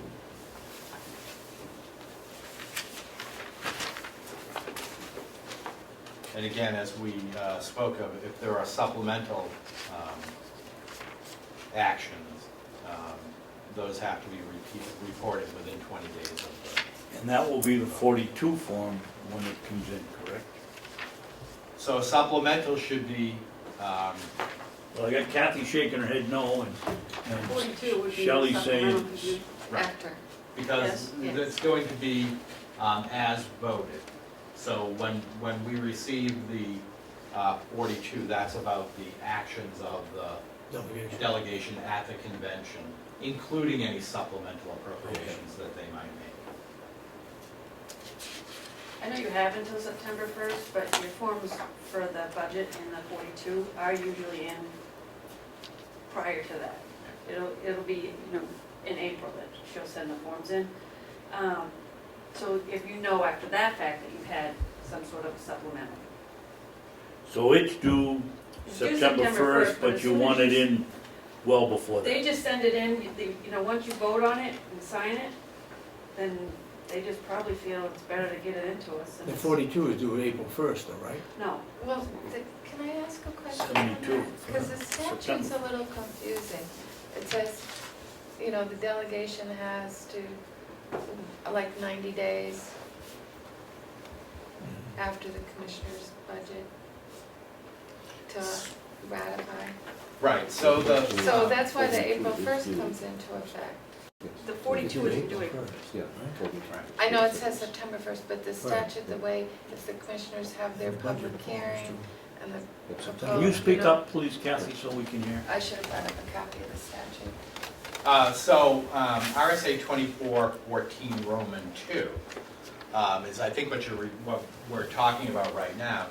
The county convention has to adopt the annual budget within 90 days after the beginning of the fiscal year. Right. If the county operates on an optional fiscal year, then the county convention shall adopt the annual budget not later than September 1st. If the county convention does not adopt an annual budget by the time specified, the budget as recommended by the commissioners shall take effect on the county budget. So, but that doesn't impact the reporting requirements. This is just about the action of the county convention, But requiring them within 90 days of the beginning of the fiscal year to take their action. But then don't we have to provide within 20, whatever days?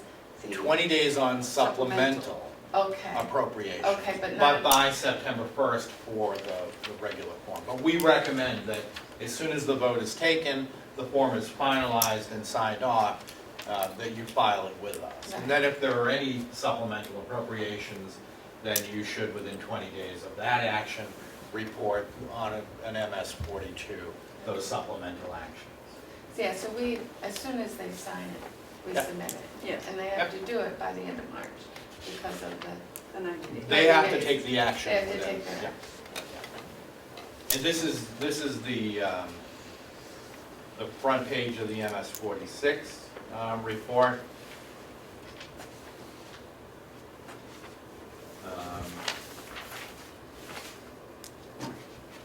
Just going over some of the basics. It is, I'm sure you're well aware, it's a gross appropriation budget, and that any money to be appropriated has to be shown on a gross basis, showing revenues from all sources. And the kind of revenues includes things like grants or any other anticipated revenue that you might have.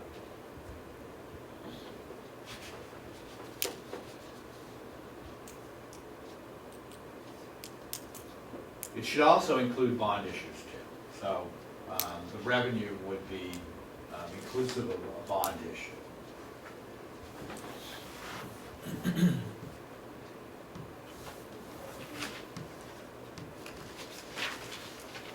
And then who gets the budget? Well, it's all of the members of the convention, the chair of the board of selectmen in each town within the county, the mayor of every city within the county.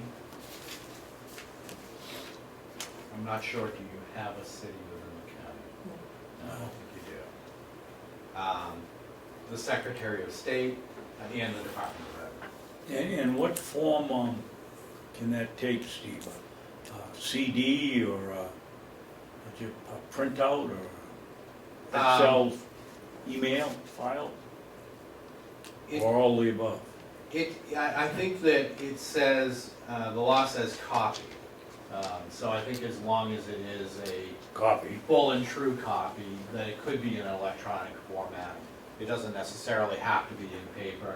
There's no specificity about how it has to be delivered. It doesn't say in hand or, even by first class mail. It just says a copy provided to. Can you go back one slide for a second, Steve?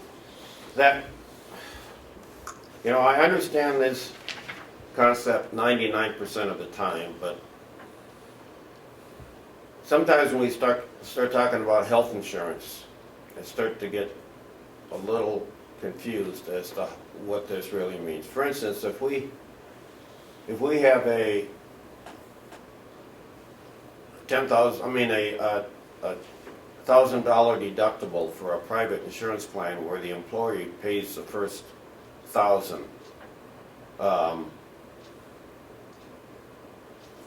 And I'm not sure if they pay it directly to the insurance company or they pay it to us and we pay it to the insurance company, but this is pretty easy conceptually for me to follow until you get into some of these shared bills between the employees and the county, and when we're deducting money from an employee's paycheck. Are there some pretty easy rules to follow when we get into what gross means when it comes to employee health care and stuff like this? Typically what we say is if the money flows through your books, through your treasurer, Yes. then you should gross appropriate for it. So if you're paying and then the employee pays the county back, then you Yes. should have accounted for that. So, If you're paying and then you don't have to pay a portion because the employee's gonna pay the health provider themselves, Yes. then you wouldn't put that down. But if you're gonna have to make an expenditure from the county's books, yes. then you should have it gross appropriated and showing that you're also gonna get some revenue back on it. I'm not sure how we're doing. I mean, the bottom line is the same, of course, but I'm not sure how we're doing that. Like I said, I'm kind of new here yet, but I was thinking about that when we were going through the budget process, and I'm saying, I haven't followed the audit trail to see how the money flows, but that's something we should make sure we're doing properly then. Right. Kathy, where the employee is picking up the first 1,000, how are you handling that? When the employee picks up the first 1,000 on their insurance, how is that handled? There's a couple of ways. Some of them are just, they pay it directly. We pay it directly. No, you said the employees. Doesn't happen until July. Okay, all right. The county picks up the first 1,000, Right, which we were doing in the past. right. Now it's the employee picking up the first, we pick up the second 1,000. But how is that counted? I'm gonna have to ask our concept and benefits people because the billing comes through them. Where in our budget does that money show Well, up? because we won't, I have to ask them. Right, I think maybe one of the other questions is, we have an 80-20 on the health insurance, Yeah, and the employees pay 20%. So But we only budget for 80. We budget for 80, so that's what our cost is. Because the employee pays it directly? It comes out of their pay. Right, It so the flows employee is Yeah. paying your, Yeah. yes, so it's not flowing through your books. but Okay. That sounds like it's being done correctly. Okay. Yeah. Okay. But if the bill comes to us and we're paying the 20% to the employee, then we have to gross that up If you have to write a check. and to the money insurance company for the gross comes amount. And you're making an expenditure, the Yes. authority to do that is by putting it on your budget. Got it. But we'd have to put the revenue too. Correct, Yes. yes. We have to do both sides. Yep. Okay. So you don't want to raise taxes for it, right? Yeah. Okay. Okay, thank you.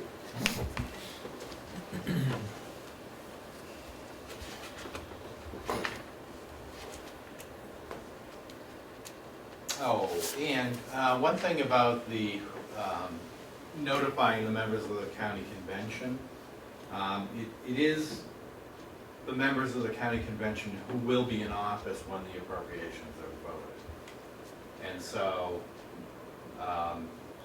elections that occur in November that can impact the membership of the convention in the following year have to be followed as well.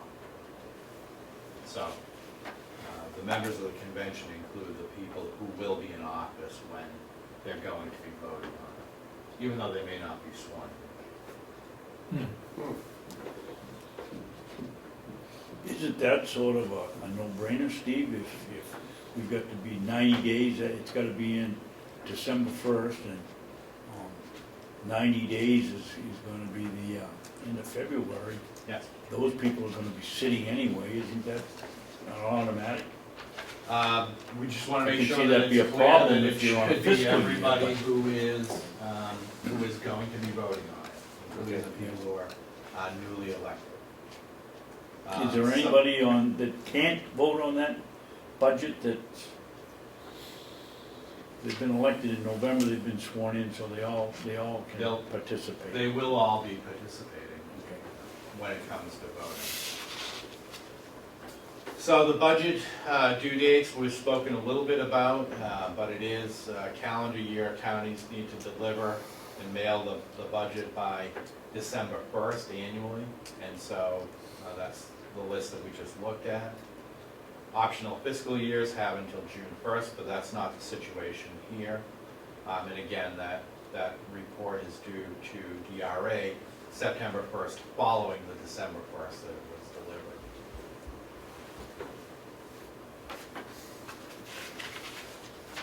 There has to be at least one public hearing on the budget, as it was submitted by the commissioners. And Is that the responsibility of the delegation or the commissioners? That is the commissioners, I believe, in RSA 2423.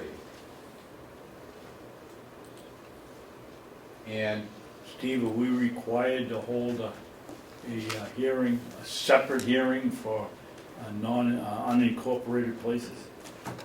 We're the selectmen form, it's in our budget, would that be covered in our public hearing?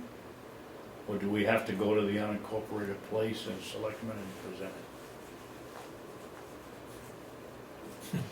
That's a good question. that's a good question, we'll have to get back to you on that. But when you act on behalf of the unincorporated place, you're really substituting your role as commissioners here to be the Selectmen. selectmen for that unincorporated place. So you're changing your hat. Well, I'm superintendent of schools. So you could, I don't think that there's anything that would prevent that hearing from occurring at the same time. Well, we did a separate one, just out of courtesy for the people in Hale's location, worked pretty well. But I see it here, and I was just wondering if we were legally covered, if something came up and we couldn't have that hearing in Hale's location, would we be covered We'd in have to our look- regular public hearing for We'd our have to budget? look at the public hearing requirements for the unincorporated places and make sure about the location of the hearing. That would be the key. Right. I think from a timing standpoint, it might work out that you could have it on the same night. You'd open one, close it, and then open the next and close it. But the only question would be, does it have to be in the unincorporated place that you would hold that? I suspect the answer is going to be no, because in Coos County, Yeah. they act in a similar role for 23 of the unincorporated places. And I know they don't go around to each one. They used to do ours until ours got too big for them to handle. And so the timing on the hearing is the 5/20 rule. It's not earlier than 5 nor later than 20 days after the mailing of the prepared budget. At such a time and in such a place as the chairperson of the convention may specify. So this is one of your sole responsibilities, Mr. Chair, and you can determine where to have that hearing. Notice of the public hearing has to be submitted to the clerk of the county convention as well, with the summary of the budget for publication in a newspaper of general circulation at least 3 days prior to the date of the hearing. Our website's being counted as a legal posting place in the department. I would say at this point, no. I think the law is, on this is somewhat specific where it says newspaper of general circulation.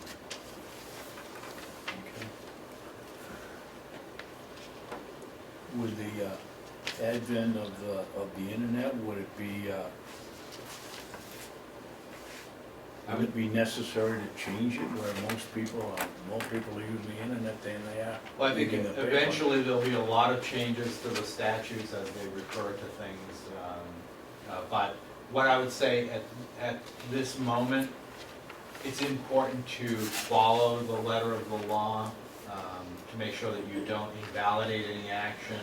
But it doesn't limit you to only using that as an effective tool for communication. And I would encourage that you would want to, as well, make it widely available on your website also.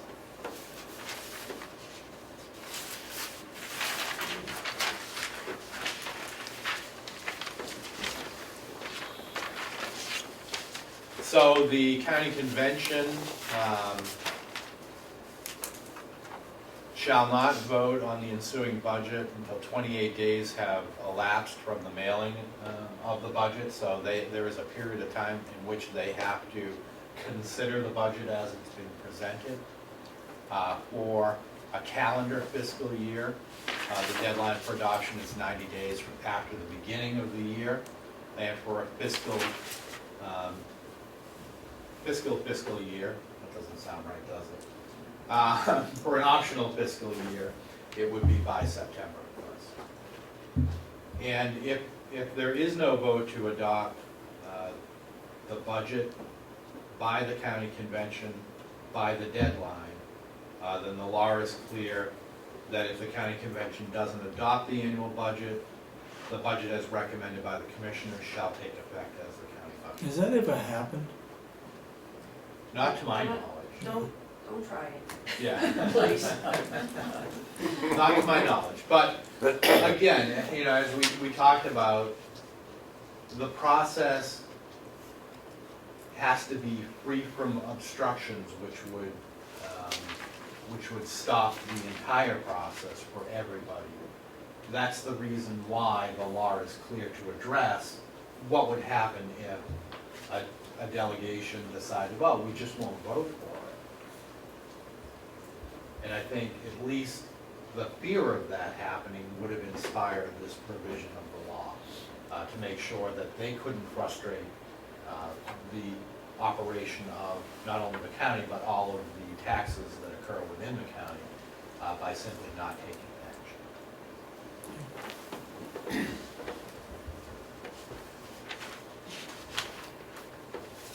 That MS 42 that we spoke of, the statement of appropriations and revenue as voted, it provides the information about what was voted at the delegation meeting It is due September 1st for the regular MS 42 or 20 days after a supplemental meeting. The minutes of the meeting are required to be provided at the same time to the department. And it can be scanned and emailed and completed and filed with the DRA advisor that way. We're trying to receive these forms as efficiently as we can to make sure that the process is as speedy as it possibly can be. The supplemental meeting has to be reported or done where there's any changes being made, whether it's income or expenses. We have to go through the process. Anything that will impact the appropriation, the net appropriation. Okay. Well, that's important. You're talking about final, let's take expenses, that final total line, anything that, you're not talking about a departmental change. No, we're talking about anything which impacts that bottom Bottom line, line. total appropriation, total amount of money which will need to be raised.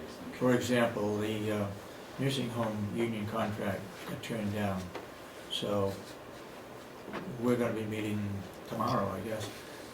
But should that take place in June, whereby they accept it, what will happen is the health benefit plan will offset any increases in wages for that particular nursing home, for example. So we gotta report that, because there will be money, revenue generated as a result of that. Right, the reason you'll want to report that is because on the MS 42, the 42 is a little different than the towns and schools 2 and 22, because that report also gives me the revenues. So it says, here's our appropriations, less our revenues, and here's our net commitment. So if you change any number that's gonna change your net commitment, I need to know, or I'm going with what you filed, you know, Okay. in the first place, so your taxes would be higher. Yeah, the 42 is a combined report for revenue and for appropriations. And so differentially, the other municipal entities file a separate form. revenue estimate. So they have another form that they have to file. we could end up filing MS 42 3 times in 1 year, depending on how many supplemental meetings we had. Yeah. How do you know when you have the final one? I'll call Kathy. Now, Okay. communication Yeah. is a big part of. Because usually, so when everything's due September 1st, and we typically start our reviews of the counties, that's what we try to go to first, Yeah. because get that done and apportioned. So that'd be end of September, beginning of October. So if I were to call Kathy and say, you know, here, I have your apportionments done, she gets a copy first before we send it to the towns to make sure she agrees with everything. And she would tell me, no, you don't have all the supplemental, this isn't the right number, the bottom line number's not correct. Then I would just redo it. Can I ask a And we dumb question? always send you a copy of the supplemental before before there's ever a meeting. You know, like we send a copy to all the towns and stuff so that they can come to the public hearing. So we always send it to them so they know there's a possibility. Yep. Just by a process of elimination, to me, it looks like the tax rate you're setting is gonna be really based on the previous year, is that correct? The 42 form that tells you what was. 42 is What you're No. voting on today is what your budget is for Right, that's 2015. what we apportion and allocate out to the towns, and what they will pay over to you on December 17th. 17, That is the actual amount of money which needs to be 2015. raised for 2015, Yeah. based on 2015 too. Yeah. Yes. based on actuals of 2015, the best information Yeah. is now. Okay. Yes. The best, because we know that it can't Your be, revenues right, could possibly change. they could possibly change, because there are times from the point of that county apportionment calculation until the end of the year where things could change. Certainly, they're gonna pay you by December 17th. Something could happen to your revenue stream which would impact you on December 18th. Well, it's, you know, the best that it can be, but it's not guaranteed to be perfect. While we're on that subject, Stephen, are we allowed, or can we say that we will accept, or we want to go to a twice-a-year billing for the county? Can we do that, or do we have to? There's no process for doing that. The payments that are due from the communities are statutory, and they're due on December 17th. So and we'd not have to go before. through the legislature if we were going to go to a twice-a-year payment. That was one of the things, we had some of the people from various towns, because we got so much trouble last fall, come in, and that was one of their requests. Could they pay twice a year? Yeah. The very short answer is no. And the larger answer would be, that would require a lot of changes to the way that things are accomplished right now, because not every community does semi-annual billing. They don't have to, that's optional. So many of the communities still bill once a year. And so I'm not sure what all of the implications would be, but I just feel like it's an easy thing to say, but it would be a much more difficult thing to integrate into the law. Wouldn't it lessen the cost for the various communities if you want to billing twice a year? You don't have to borrow as much money, especially if you get a line of credit.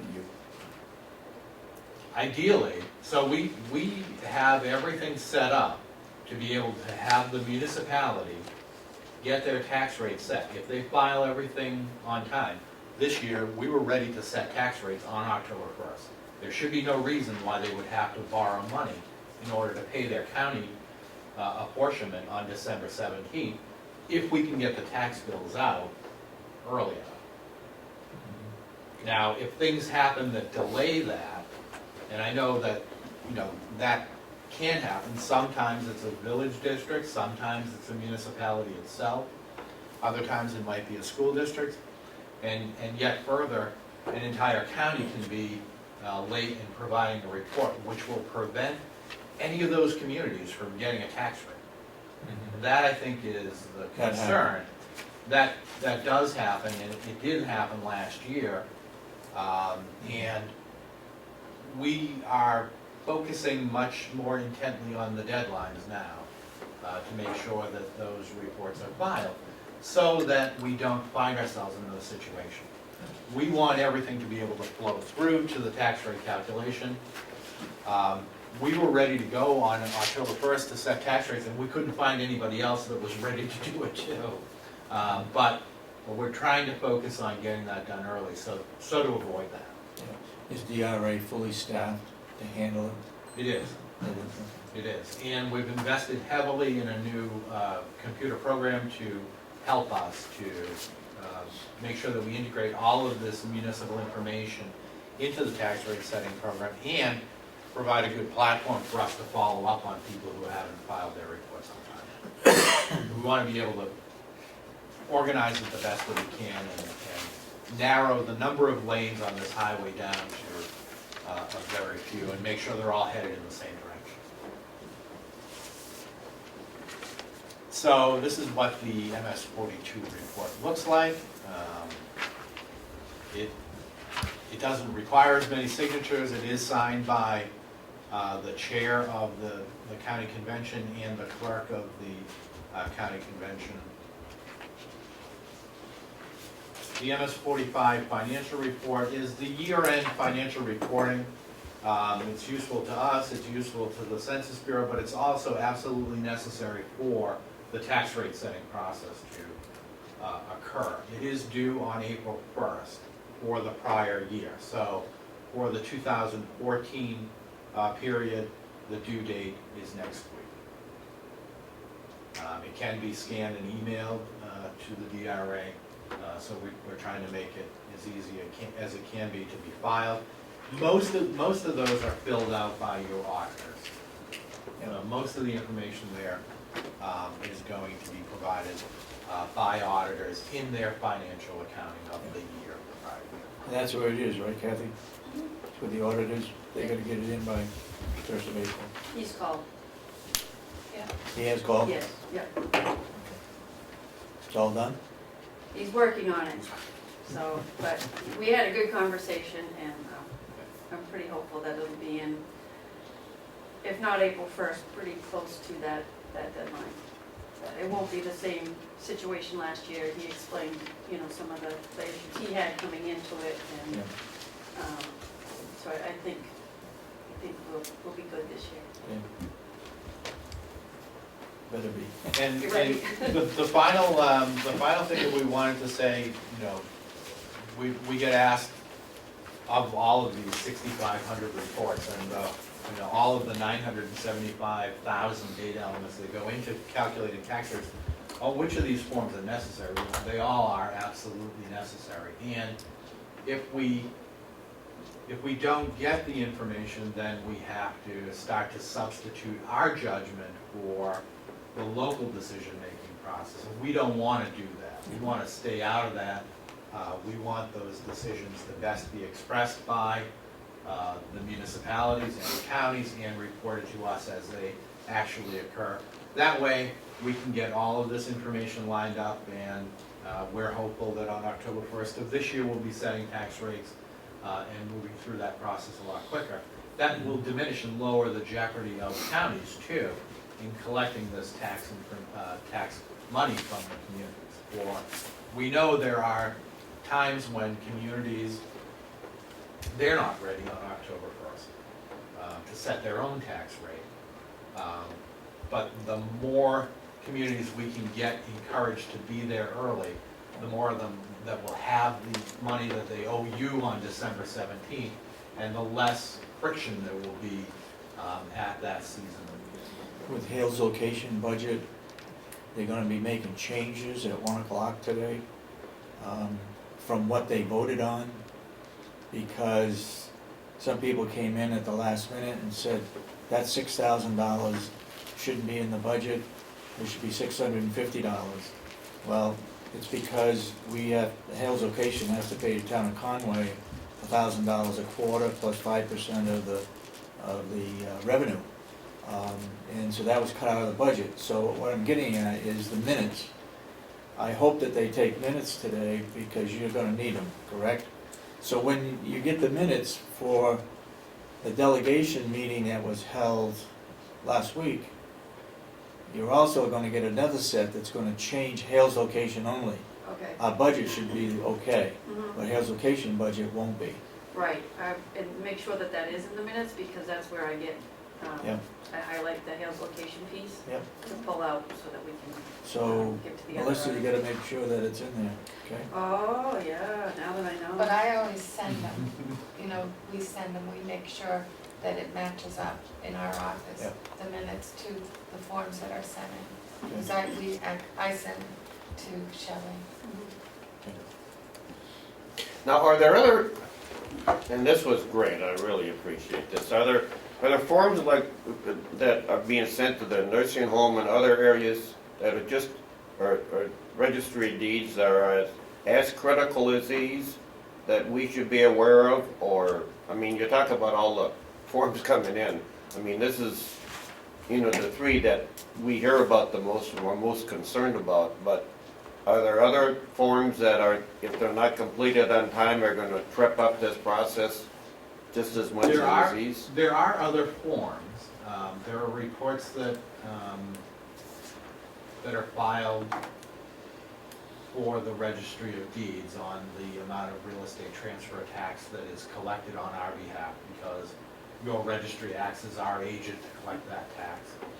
And they receive a fee in order to do that by the department.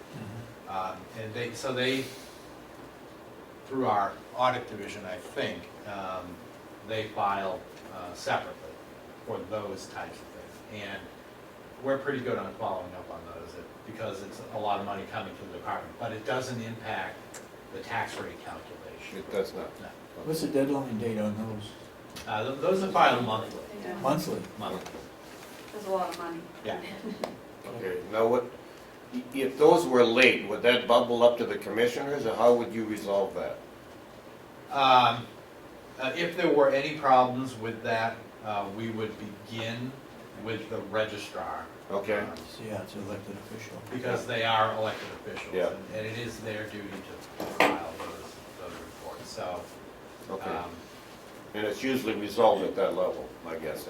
That, you know, to my knowledge, that happens automatic. I mean, I don't know many details about it because Okay. I don't have to. If it were a problem, I'd probably know a lot about it. and be I able almost to think answer it's the question. an automatic thing too Yeah. now. Okay. It's just some kind of. It's important to you Debit because it's that an comes income in. to your department, so Yeah. I'm sure you'll follow up on it. Oh, yeah, we do. We're pretty good at that.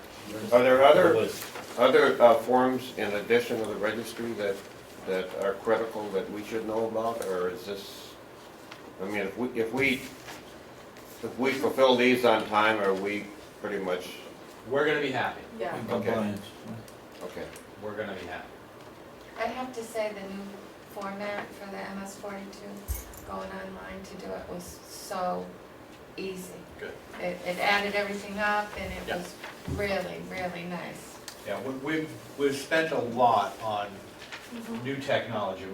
We spent about $360,000 of capital improvement money in order to build a new process that included improving the reports that get filed. For the municipalities, we have an entire system now that they log into in order to keep their financial records on our system. So it's greatly simplifying our interaction with them. It's cut down on a lot of data entry and double work that was being done. And, we talked about the two things, timeliness, but accuracy. We have an accuracy rate of 99.91%. We set 1,125 different elements of tax rates. For every town has different parts of village districts, and there are all kinds of shared school bills, so we set a lot of tax rates. But that 99.91% means that every year, on average, one of them doesn't get set correctly. And it's not a big deal for everybody else, but for the one entity that has a problem, they've got a big problem. And so we're trying to get that to 100% accuracy, with no errors. We think we have a really good platform to be able to do that. At least if we can cut that in half and make it one error every other year, I think we'll be getting something. So, anyways, I want to thank you so much for your attention and for inviting us here today. If you have any other questions, feel free to reach out. You have our contact information. Do you do many of these? Commissioner Babson is well aware of how to reach us. Yeah. He tends to get on the phone quite often. Do you do this with other counties as well? So we give, this is the first county, but we give all kinds of education. Education is one of the main things that we try to do. We're trying to help all of the entities.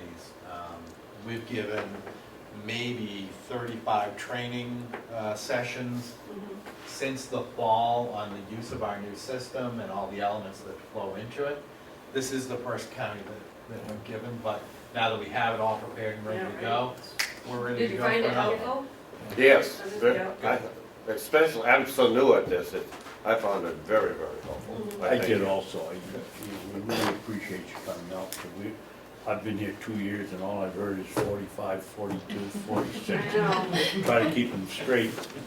I can't thank you enough for doing it and making it, answering my dumb questions and making it clear. There are no dumb questions. Would it be any benefit for us to host a countywide town-type That's a thought. meeting for educational purposes? Would it be helpful to you? I think it would be, Instead of going to each town to You only do have to it, come once. just come once? so we do have a couple of different educational opportunities and some public interaction that we have on an annual basis. And so some of the things that we do, and Commissioner Babson is aware of the current use board public forums that we have. We're always looking for a place to host those kinds of meetings. We also provide education to the municipalities in terms of how to administer exemptions and tax credits, how they should be treating current use assessments. We have a lot of what we call mini courses. So if we can think of your location as a resource that we could draw on to try and attract in some more people, we would appreciate that, because we don't have a lot of buildings around the state, but we like to get out there and we try to centralize them. Well, that was Welcome the you reason to do that. why you And I can't use appreciate ours. I appreciate that, Yeah. and we'll keep that in mind. And it'll be in a bigger room than this, it'll go with the nursing home. And I expect that sometime in November, we could schedule a meeting that we could all celebrate the way the tax rates all went so quickly and easily, and we'll all be. Well, I tell you, we're gonna be under the gun if it happens again this year. We Yeah. have What some can't, high rates We're here select to people. help to make sure that doesn't happen. okay, Whatever we can do to help you, let us know. Very good, Great. thank you. Okay. thank you. Thank you for your time. Thank you. Nice to meet you too. Yeah, right? It was kind of nice to, yeah. When we do towns, you get so many questions from towns. It's obviously the most where we get questions, and then it's the schools and then the villages. Only have three counties, so you don't get that many county questions. So, there was some. yeah, right, so I was like, all right. It's nice to meet you. Yeah, it's. Contact. Oh, it is. Getting it? It's good. It's a whole All different fun. process than for the All right, so towns. much. You're welcome, thank you for inviting me.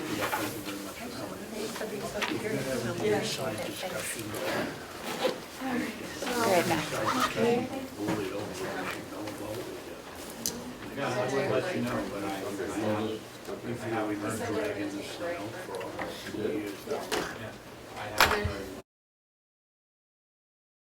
Huh? He's supposed to go first. I know he's supposed to, but He isn't here. he's in court or someplace, couldn't be here before 11:30, so. Well, if he is here, why don't we, it'd be a lot easier to have these young ladies come upstairs when, I gotta be out of here by 12 o'clock. right? And there's no point in having her sit out here and waste her time while waiting for him to come in. We could have him first and Why then don't we we come just check upstairs. if he's in? See if he's here, I don't think Yeah. he's here, but if he If he's is, here, then the way to do that is, then everybody's happier.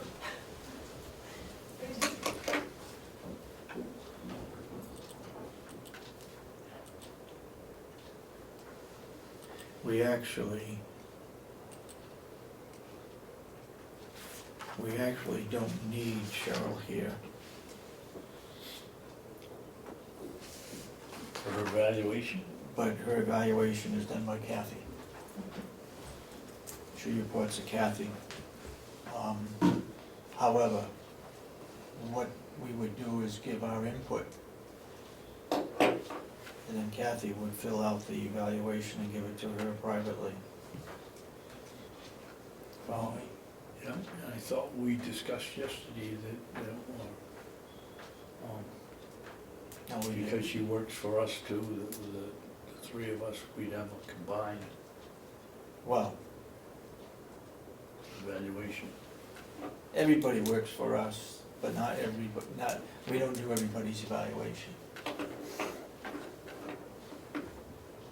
But in this case, we know some of the things that she does for us individually, but there are other things that she does Frankly, for I'd Kathy. like, if she's working for me personally, I'd like to be part of the evaluation. That's what I'm saying, we are going to be part of it. We're Well, gonna not give through, input. not if it goes through Kathy Gary before it gets to Cheryl. But you only evaluate department heads. That would be like evaluating Deb Moon, wouldn't Yeah. No? it? I don't mean to interject, I'm just looking at the structure. Yeah, I think you have to look at the structure. Well, That's we're my gonna have our point. second 2-to-1 vote, I guess. Could be. I hate taking over that role. You're charged with So, department. my question is, do we need Cheryl here? That's what I thought I we don't- were discussing. I don't think we need to have her here. We need to have Kathy Gary here. Okay, so you go ahead and make a motion. And I think we should do it in non-public, Yes, we should. okay? I'll make a motion that we have input, well, compensation, potential, promotion. I make a motion, we go into non-public personnel under RSA 91A3, paragraph 2A, promotion or compensation of any public employee or disciplining of such employee, or the investigation and charges against him unless the employee affected has the right to a meeting, and 2, request that the meeting be open, in which case the request shall be granted. Do I hear a second? No, I want to wait and if Tom's coming, then we're not gonna go into non-public, we're gonna handle him first, right? Yeah. His is the same, Oh, it's the same? RSA. Yep. I'll be here in 10 minutes. Give you time to. What do you wanna do? I can wait if you want to do this one, I can come back to the next one. All right, Continue with your motion. to me, I, what? I didn't get a Continue the second. motion. I didn't get a second. So Cheryl can go back downstairs. Yep. We don't need you here, correct? Okay. I'm confused. You're confused. No, we're gonna give you some Okay. ideas, some Okay. things that we Okay. talk We about. don't, we'll wait till. You stay here. Okay. Just send Tom in when he gets here. But this is non-public. It was non-public, so you Non-public. better make, I'll second your motion to go into non-public. Okay. Commissioner Miller? For personal, for who? For compensation and to discuss, For the attorney's office or no, for our? to discuss Cheryl Okay. with Kathy. All right. That was your Go motion, ahead. I thought. Roll call. Commissioner Miller? Yes. Commissioner Yes. Sorensen? Commissioner Babson? Yes. Okay, we're non-public. We're all, So do you have the camera on? It is right now. Don't you state what you decided in the non-public? we're gonna do that after we do the next one? Oh, so you're doing consecutive? Yeah, one after the other, All okay? right.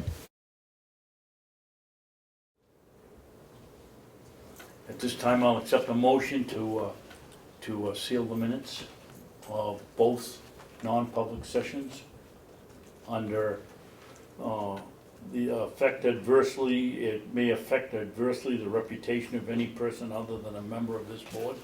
So moved. Commissioner Miller? Yes. Commissioner Babson? Yes. Okay. The minutes are Non-public sealed. conflict, Yes. Is there anything else we have to do that we've forgotten on the non-public? All set. No, Is non-public it- is all set. We're now back in public session. Is there any public input before we leave? John, do you have any public input? Not at the moment, sir. Thank you. Seeing no public input, I'll accept a motion to adjourn. So moved. All in favor? Aye. Aye. All opposed? Good, we're adjourned. Thank you, everybody.